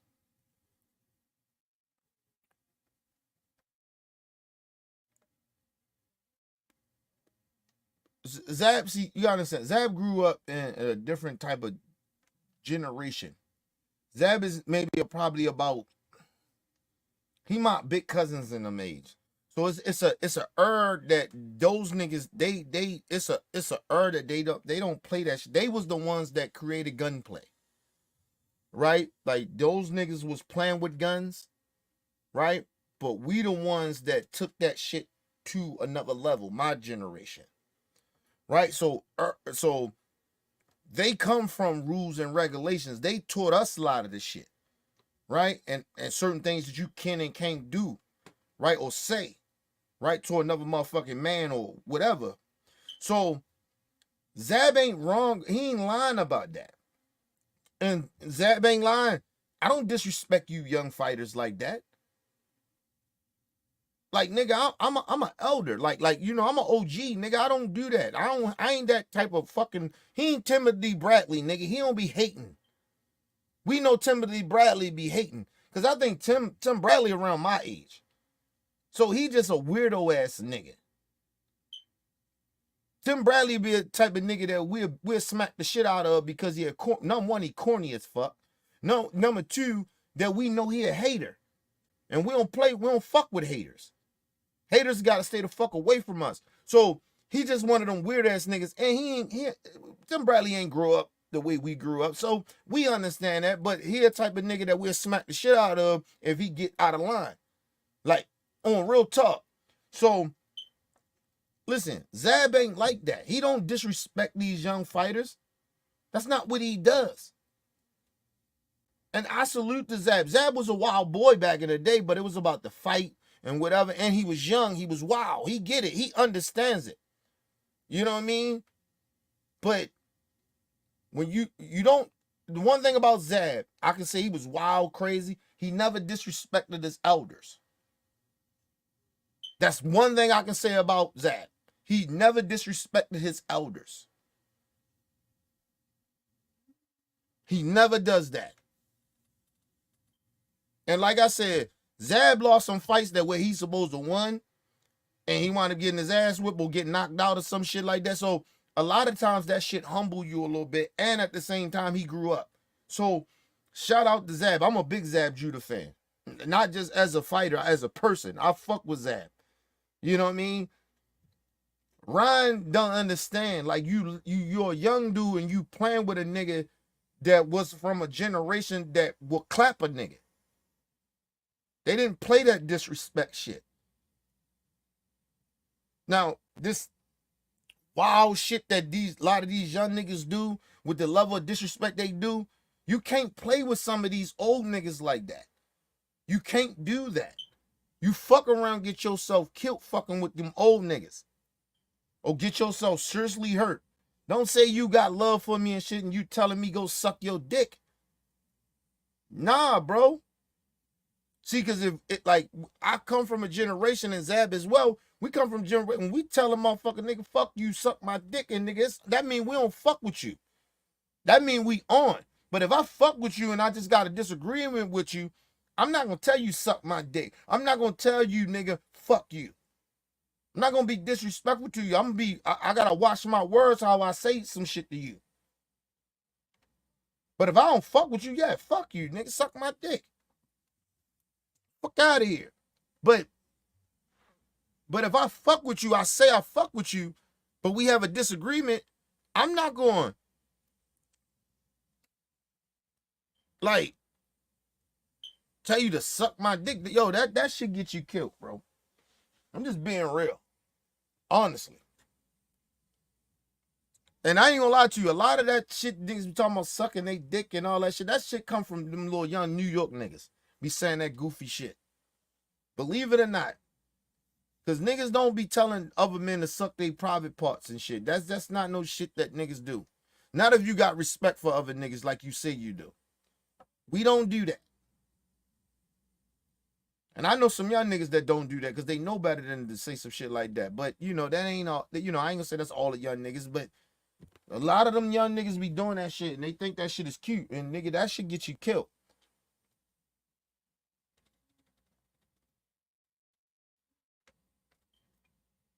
I used to say this a lot, right? And I still feel this way, right? I grew up around niggas some niggas that wasn't really like that. And I watched these niggas talk tough, say disrespectful shit to sound tough, to get themselves out of a situation, right? Usually niggas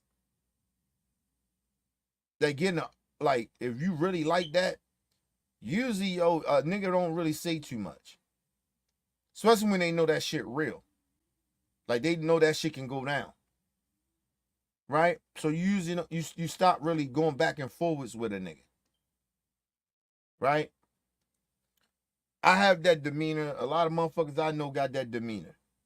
Like if I know at this point I'm ready, like it ain't even about you in a way, but if I know I'm ready to fuck you up, I stop talking.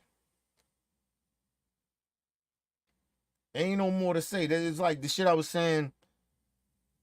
You know, the OG he was on here yesterday talking that bullshit. And like I said what I said, but I was kind of trying to calm down because at this point I was getting ready to say some shit that I shouldn't say. It's almost like if he was in my face and we was talking and he my man and he saying some fuck shit out his mouth and I don't fight my friends.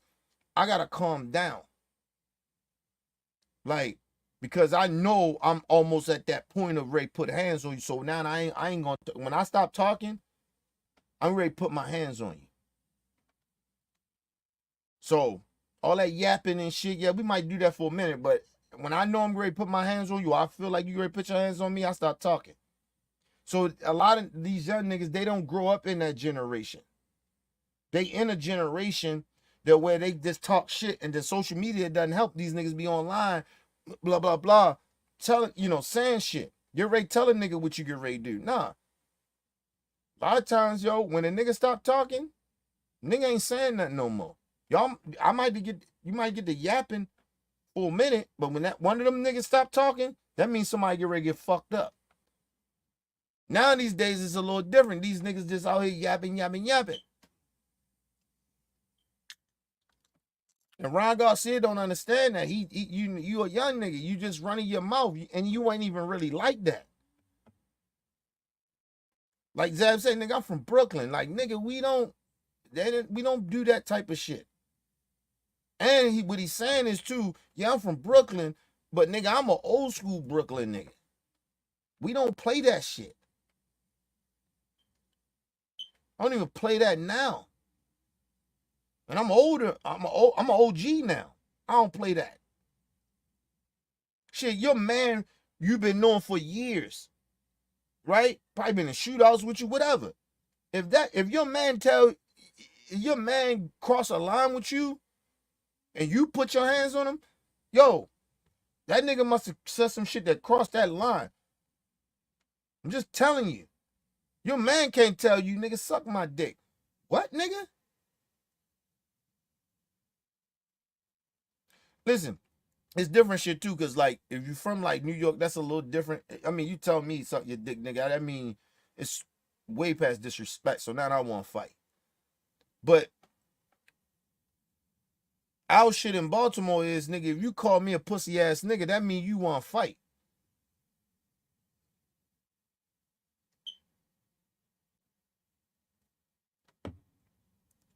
We don't play that shit.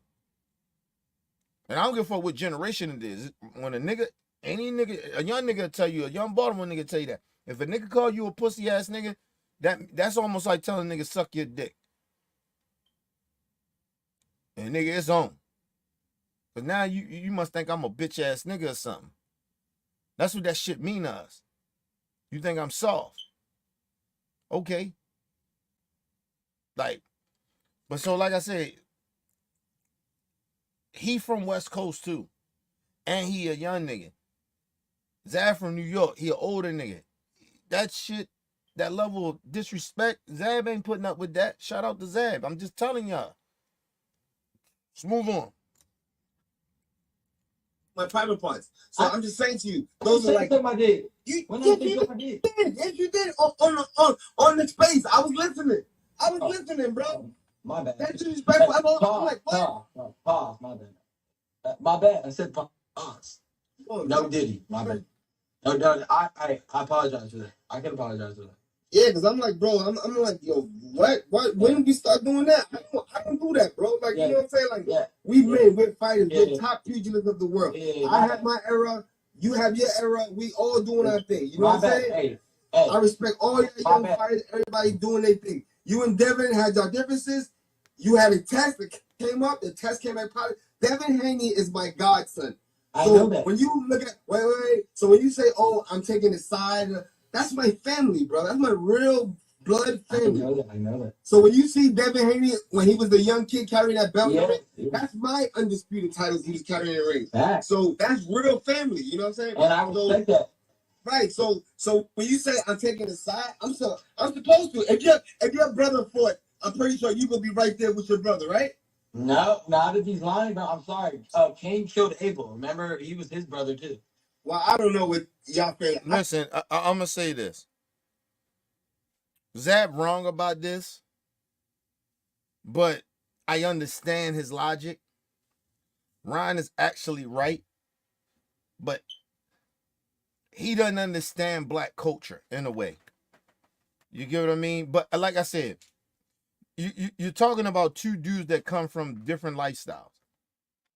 They're different races of people.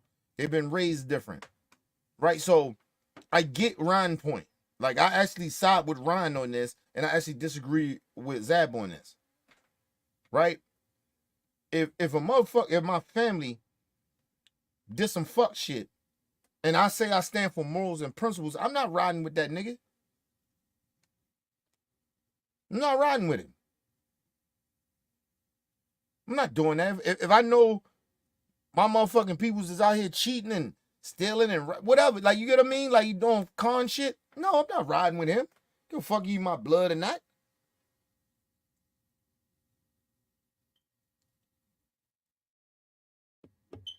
Nigga could have been in my man 100 grand for years. If he on some sucker shit, I ain't fucking with him.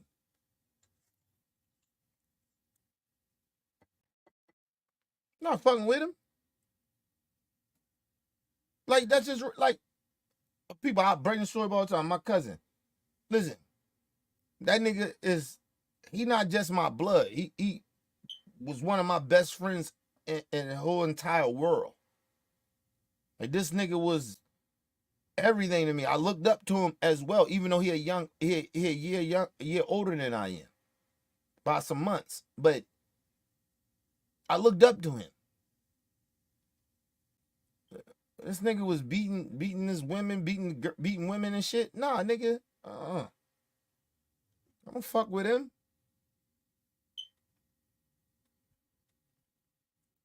He used to watch the show. He don't watch that bitch no more ever since I said that. But he already knew that, though. We ain't talking years. Like, it's just like, nah, I actually agree with Ryan on that. Nah, Zab, nah, fuck all that. You don't ride with a motherfucker if they did some fuck shit. No. Nigga, we not in the hood. You not a hood nigga, Zab. This is what I be saying about niggas that want to be loyal to some street shit. It is certain shit in the street, yes. It's certain codes that I still live by, but it's a twist on that bitch because I don't live in the hood. I'm not living by them same principles. So the principles and things with that is different. It's not the same. It's like, prime example. I'm gonna say this again.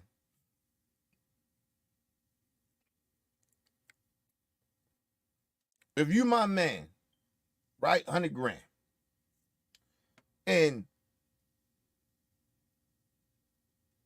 you get in my car and you don't tell me that you bringing some bullshit in my car and we get pulled over and you ain't tell me and you know I ain't about that life and nigga, you know what what you put in my, it's like you putting my life at risk, put my family life at risk, nigga. You know I'm a breadwinner to my family and you do that. Is you really my friend, nigga?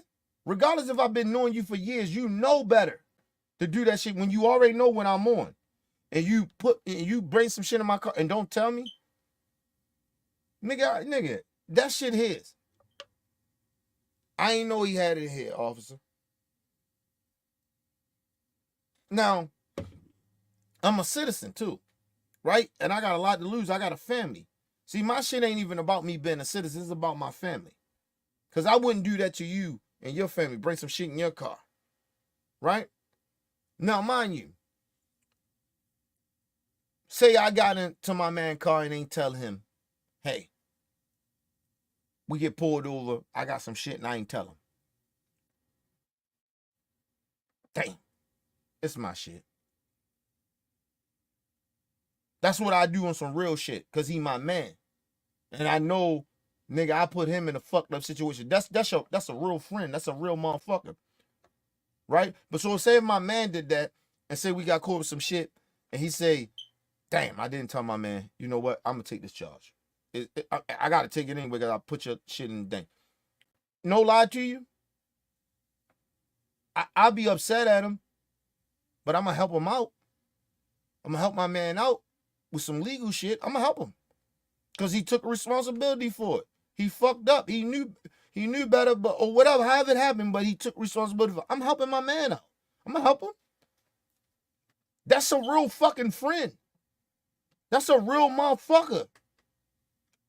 I don't give a fuck if you my friend or family. If a family member did that same shit, that same scenario I'm talking to you, and he put my motherfucking shit in that, not fuck, it's him. He did that shit. He don't want to take responsibility. Nah, nigga. Now, if I'm a street nigga, and I'm still living by that code, still in the streets, then yeah, I shut the fuck up.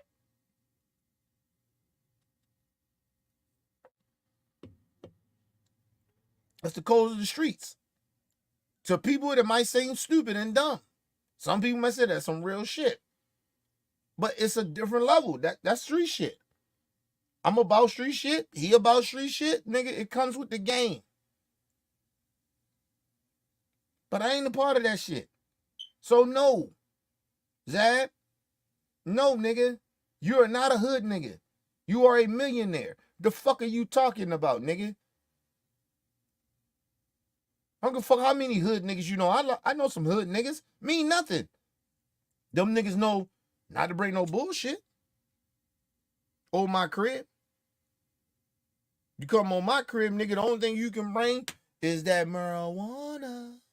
It's the only thing you can bring. You got pills and shit. Nigga, you don't take that shit? No, that's his shit. Nigga, you don't put my motherfucking life in danger. It ain't even my life, nigga. You don't put my family life in danger. You don't do that. Put my family life at risk. No. Sorry, Zab. I highly disagree, nigga. Fuck out of here. I wish these niggas stop acting like they still hood because you know hood niggas and you can go around the hood. Means nothing. Who comes first? Your family or these hood niggas? Your family come first.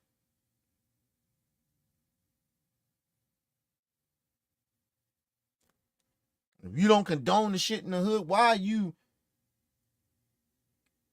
are you defending that shit? That shit don't make any sense to me. I ain't down. Nigga, I'm down to try to stop this shit. I don't want my niggas, I don't want no hood niggas out here doing none of this hood shit. Selling drugs, having legal weapons. Nigga, I want you to have legal weapons. If you want to sell some drugs, nigga, go to school and get your doctor's degree. Your medical license or some shit to do drugs. You a good chemist in the hood, nigga. You can figure out this shit in school. Like, I don't understand why niggas keep defending hood shit. If you hood, I get it. If you ain't hood, you ain't about that shit no more. Stop defending hood shit. Damn. It's not fucking rocket scientist shit here, people. It ain't about, oh, Kenny being fake. Nigga, fuck out of here.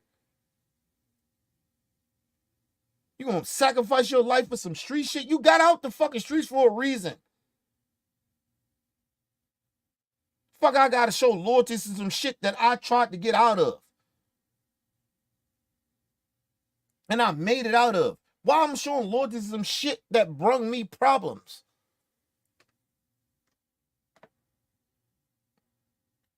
Anyway, let's move on. And I know this shit hurts our community. I'm not defending that shit, bro. I'm about my people. I'm about my black folks. I don't like to see my brothers and sisters out here doing a lot of shit they doing in the streets. That shit actually hurts me. So why am I defending that shit? Anyway, when I act like, I'm still part of that shit, because I know some hood niggas. Don't mean shit. I don't do nothing what them niggas is doing, so I don't defend it. And niggas know, you come around me, nigga, the atmosphere is different. We are not doing none of that stupid shit. You don't have to bring guns and all that other shit. I got legal guns. We good. Real talk. Bring no illegal shit around me, bro. Y'all feel I got 10 brothers, and I'm right there with them every time they go to anything. I ain't gonna lie, bro. I love God more than I don't care about blood. Bro. Blood ain't nothing. Listen, we all love God. Anybody that tell you I love God. Yeah, anybody tell you that. But blood to me is I don't trust blood, bro. I'm sorry. All right, well that's your differences that you had in your life. Hey, I'm sorry to hear that you have family never screwed you over. Huh? Somebody in your family never screwed you over. Of course, we all had that, but that's here nor there. What I'm coming on here for, Ryan, to talk to you about. No. That's not here or there. Because Ryan is actually right.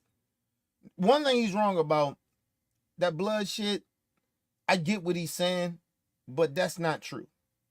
That's why I never look at my blood no different than like friends of mine. Right? They all family to me. They all equal.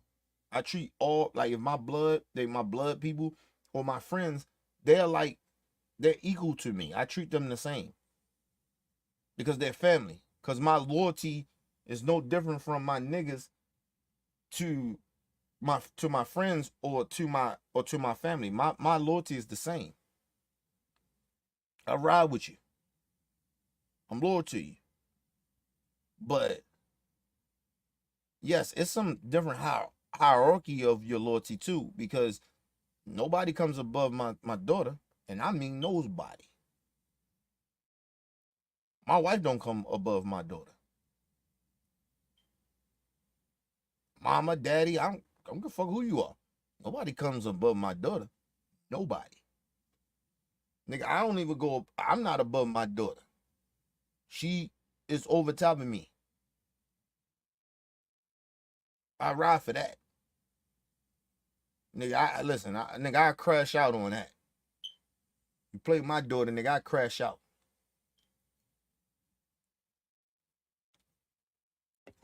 But I probably would crash out for a whole bunch of family members and friends of mine that I don't call friends, but they family of mine. But it's different. My daughter's on. It's my daughter, then it's me, and then it's everybody else. No, I can't say that. Then it's my wife, and then it's everybody else. I have to put myself above my wife and everybody else, because if my mental ain't good, none of them gonna be good. And I may have to put myself above my daughter a little bit because, or be on that same level, because if my mental ain't good, she ain't gonna be good. So it probably equal with me and my daughter, but nobody comes above me and my daughter. Nobody. I don't put nobody before me and her. Nobody. Sorry. And that's how it's supposed to be, though. Your kids always supposed to be there. You know what I mean? Until they get a certain age, they get a certain get older and shit. Then, not saying the loyalty changes, but the protection of it changes. You know what I mean? So I'm loyal to my daughter, but I'm very protective. But the protective, when she get older, it changes. It lowers a little bit because she older. She can kind of move and take care of herself a little bit. But it's still your kid, so you're still overprotective a little bit. But it's not the same when they're kids. But that's for any kid. I'm very overprotective of kids anyway. But yeah, but nah, I don't agree with that shit with that Zab is saying. I don't agree with that shit. Let's move on. Like the disrespect. You can say anything you want to say because this is your mouth. You're a young man. You know that. But Hey, I don't disrespect you and turn I up back in the day. Huh? Used to turn up back in the day. Oh, I was a pugilist. I was competing. I don't compete no more, right? I am retired. I'm a grown man with children. I don't do that. So you never heard me disrespect you not one time, and I ask the same thing back. That's it. I'm a father with 3 kids. I'm just like, bro. I have responsibilities. I'm not trying to disrespect you. Listen, and let me just say this to young niggas. Nobody's disrespecting that. The problem is that you don't have any wisdom. I don't give a fuck how many kids you got. You don't have the wisdom to be disrespecting your elders like that unless your elders are disrespecting you. And I get that. Because I wouldn't let my elders disrespect me. But it is certain, sometimes your elders say certain shit and you may like, but shut your fucking mouth. You don't have to respond. So it is a certain level of shit. Like you have to know your place. See, a lot of young niggas, they don't understand their place. Like nigga, yeah, it's okay for you to say certain shit, but some shit, no. You can't say to your elders. You can't say to your OGs. You can't. Sorry. Because it's a hierarchy. Even though I'm 43 years old, nigga, I got OGs. I got niggas that's older than me. It's certain shit I can't say to them. So you ain't the only ones that can't say certain shit to people that's older than you. So what makes you different? What makes you better than me that you can't say certain shit to your elders? No, nigga, you don't say certain shit to your elders. You don't say certain shit to your OGs. You watch your mouth. Some shit you can't say. Sorry. Some of your elders may allow you to do that, but that's on them. But that ain't all your elders. I be 100 about that shit. Niggas be sitting here and be bullshitting with these young niggas. Like, yo, no, nigga, you can't say certain shit. Sorry. Listen, a lot of little homies, I fuck with a lot of OB. I remember some of them young. Nah, nigga, it's certain shit they can't say to me. Sorry. It may not seem fair, but you can't. I'm your motherfucking OG, nigga. I'm older than you niggas. I got the wisdom. You can't say certain shit to me. But I'm not ignorant to like you can't express yourself, but you better express yourself in a way that where it's respectful. Where it's a conversation instead of it's a disrespect. And it's vice versa. As an older nigga, it's certain shit I can't say to young niggas because I don't want to disrespect them either. Because I want that connection. Just like I know they learn from me, I learn from them. But it has to be a respect level there. You have to know that you cannot say Whatever the fuck you want to say and whatever the fuck you think you feel to say to your elders or niggas that's older than you. You can't do that. And this ain't even street shit. This is just life. Nigga, I can't, like, listen, prime example, right? My grandma said some shit and it was almost like she tried to blame me for some shit that she did, right? But I took it. I said what I said, but I could have got deeper in it. I could have almost got into an argument. I cut that shit off because I understand, nigga, this is my elder. This is my grandma, man. She the eldest. She the older than everybody in this motherfucking room. She been through more shit than everybody in this room put together. I disrespected my grand, nigga. She was wrong. Okay. Nigga, that's grand. Nigga, that's your elder.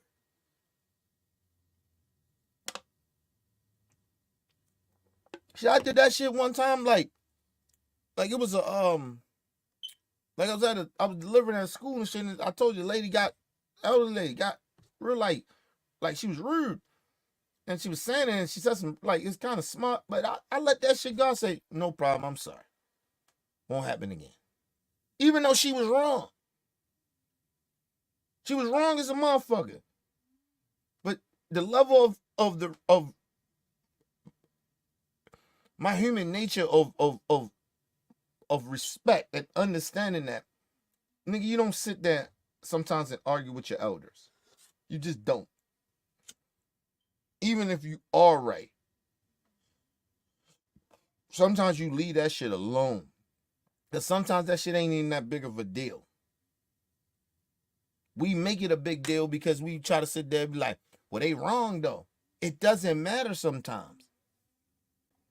Nigga, don't you be wrong about some shit? Don't you get mad when a motherfucker call you out on your wrong shit? And then you be thinking, oh, they hating on me. The old motherfucker hating on me. Ain't hating, the truth is the truth. But you don't like it though. So sometimes you just gotta let that shit be.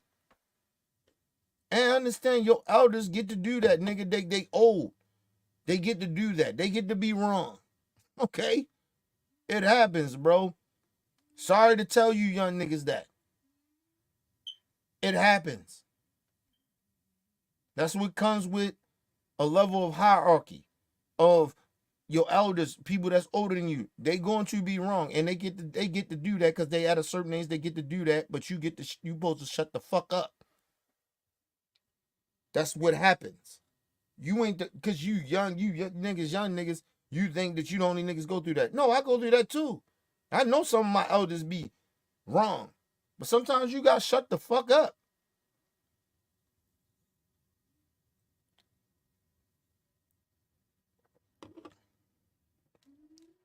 And like if you going to talk to your elders to correct them, you better be respectful of how you correcting them.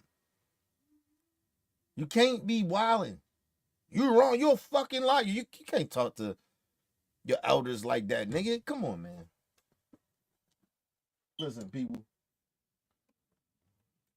I learned a long time ago that it was like my dad and shit, right?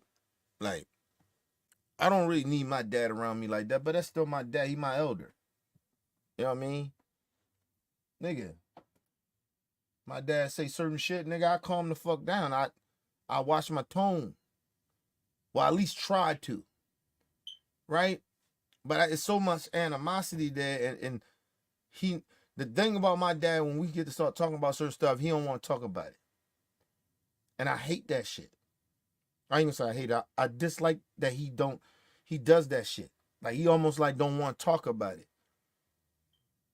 Because he want to live in this reality where my feelings don't matter to him. And I understand. That's why I say I connect the young niggas, because I get it. But at a certain point, you still got to watch your mouth. I still had to watch my mouth. I still had to be like, okay, cool. All right. You got to let that shit go sometimes. Like, that's why therapy is good. That's why you sometimes you take that type of shit and you see what your elders do And they wrong about it, but you take that shit and you do better. You treat people better. You take what they do that's fucked up and you do better with it. You don't, you know what I mean? You don't be like them. But that, like I said, that comes with wisdom, though. That comes with getting older and understanding, or listen to niggas my age telling you this shit.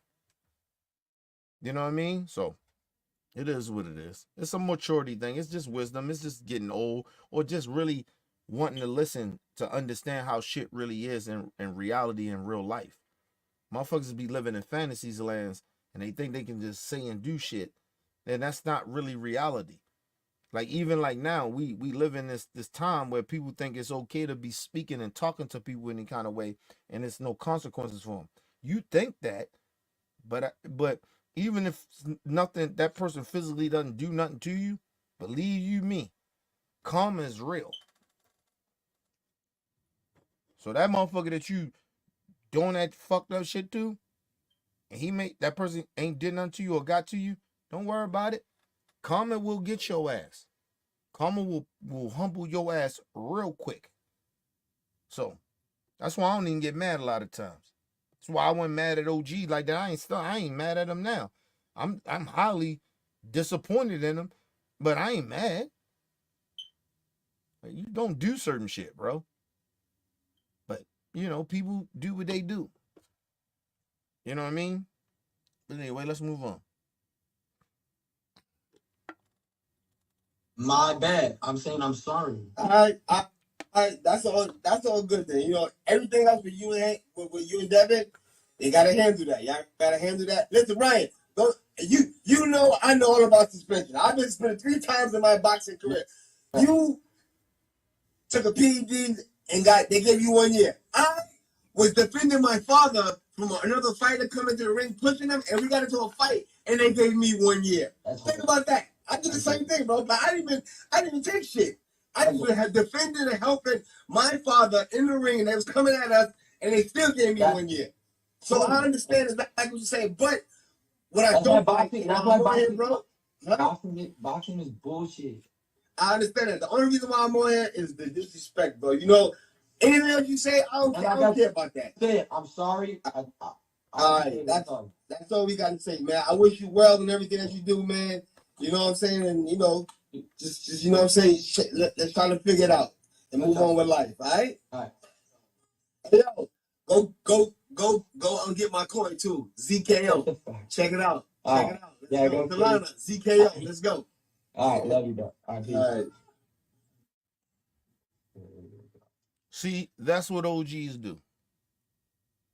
And at the same time, shout out to Rayn, even though I don't think he's genuine about it, but a part of me don't think he's genuine about what he did, or apologizing.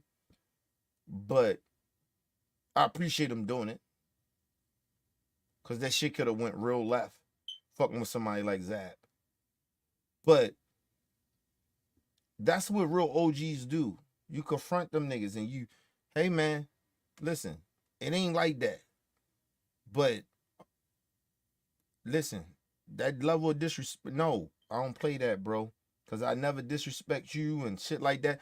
The shit that Zab said, I actually agree. Not everything I agree with, but 90% of what he said, I agree with. Because that's how you do it as an OG. And this is to some of you young niggas too. Understand when OGs confront you and tell you certain shit, you might be still in your feelings, but understand that sometimes you have to apologize because you did some fuck shit. You said some fuck shit. And a lot of old niggas like me and older, we don't play certain shit. We don't talk to each other like that. We don't play that shit. Motherfuckers get fucked up doing that shit, type of shit. We come from a different era and generations where y'all think this shit is okay to do, but it's not okay for us. We respect your era, we respect what y'all niggas doing, but at certain levels of this disrespect shit, you ain't gonna do to us, to some of us. I'm just telling you. Some old niggas will let you do that to them, but a lot of old niggas ain't gonna allow you to do it. So shout out to Rayn. even though I don't think he fully genuine in what he did. But I give him props for at least apologizing. And shout out to Zach Judah for confronting him and still showing his level of wisdom and maturity.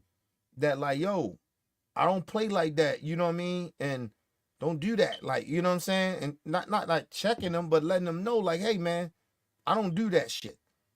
And explain to him, I don't disrespect you. Don't disrespect me, bro. And but 5% of what Zab said, I don't agree with. 95%, I agree with. But that's just me. But shout out to both of them. Like at the same time, that's why I didn't put in a title of like, oh, Rayn Garcia disrespected Zab Judah. I didn't do that. You see a lot of motherfuckers putting that out. I didn't do that. Because I don't think Rayn is a bad dude. I think he a corny ass dude. I think he going through some shit in his life. Not a big fan of him. But I think part of him is genuine of who he is. But he young, bro. He doesn't, like, y'all don't understand a lot of times, yo. When people are young, bro, they don't know who the fuck they really truly genuinely are. I'm telling you. As much as a lot of you, some of you young niggas think y'all know who y'all are, y'all really don't. Because y'all haven't experienced shit. Y'all haven't lived outside of your own bubble sometimes. And so, and you haven't ran into somebody, that nigga that's tougher than you, wiser than you, smarter than you, you know what I mean? Or just even more loving than you. You haven't ran into people like that in your life because you're still young. So, you know, that's why I put up that Zab Judah pulled up on Rayn. And that was the right title for that. I was seeing everybody kept putting this shit up. I was like, come on, man. Y'all niggas clickbait now at this point. What really happened? The Zab, I mean, I know the disrespect happened, but you niggas they don't talk about the end results of shit. You get what I mean? They just want to focus on the nonsense, the shit that get people clicks and shit like that. I speak about the real. I speak about the solutions of shit. It was a solution there. What happened? Do I think it's fully genuine that Rayn apologized? No. Because I really genuinely don't think he truly understands what he did. Part of him don't. That's the only reason. But I appreciated that he did apologize, and I appreciate that Zab, pulled up on him and, hey man, we don't do that shit, and he ain't wild Rayn out either, because he could have did that, and that shit could have went way left. So, shout out to both of them.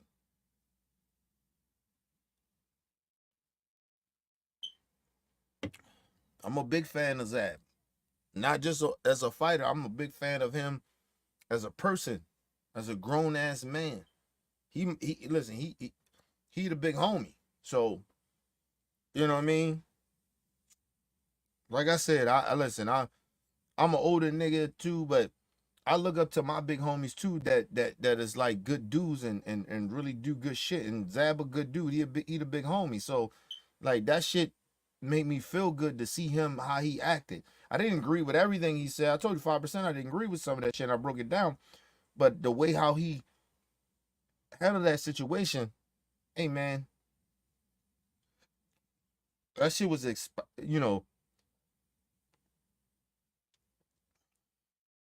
took a lot from that. And then to see Rayn do that, do what he did, even though I don't think everything he said was genuine. But just for him to do it, I respect that. For him to apologize, I respect that. And the reason I say I don't think it's genuine is because I don't think that he really genuinely understand that what he truly did. Because he gonna do it again because he's young. He don't know no better. So that's why I say I don't think it's really totally genuine and off his past behavior. So that's why I say I don't think it's really genuine. But I appreciate him actually doing it. Give him props for doing that. For apologizing. So shout out to Rayn, man. Shout out to him.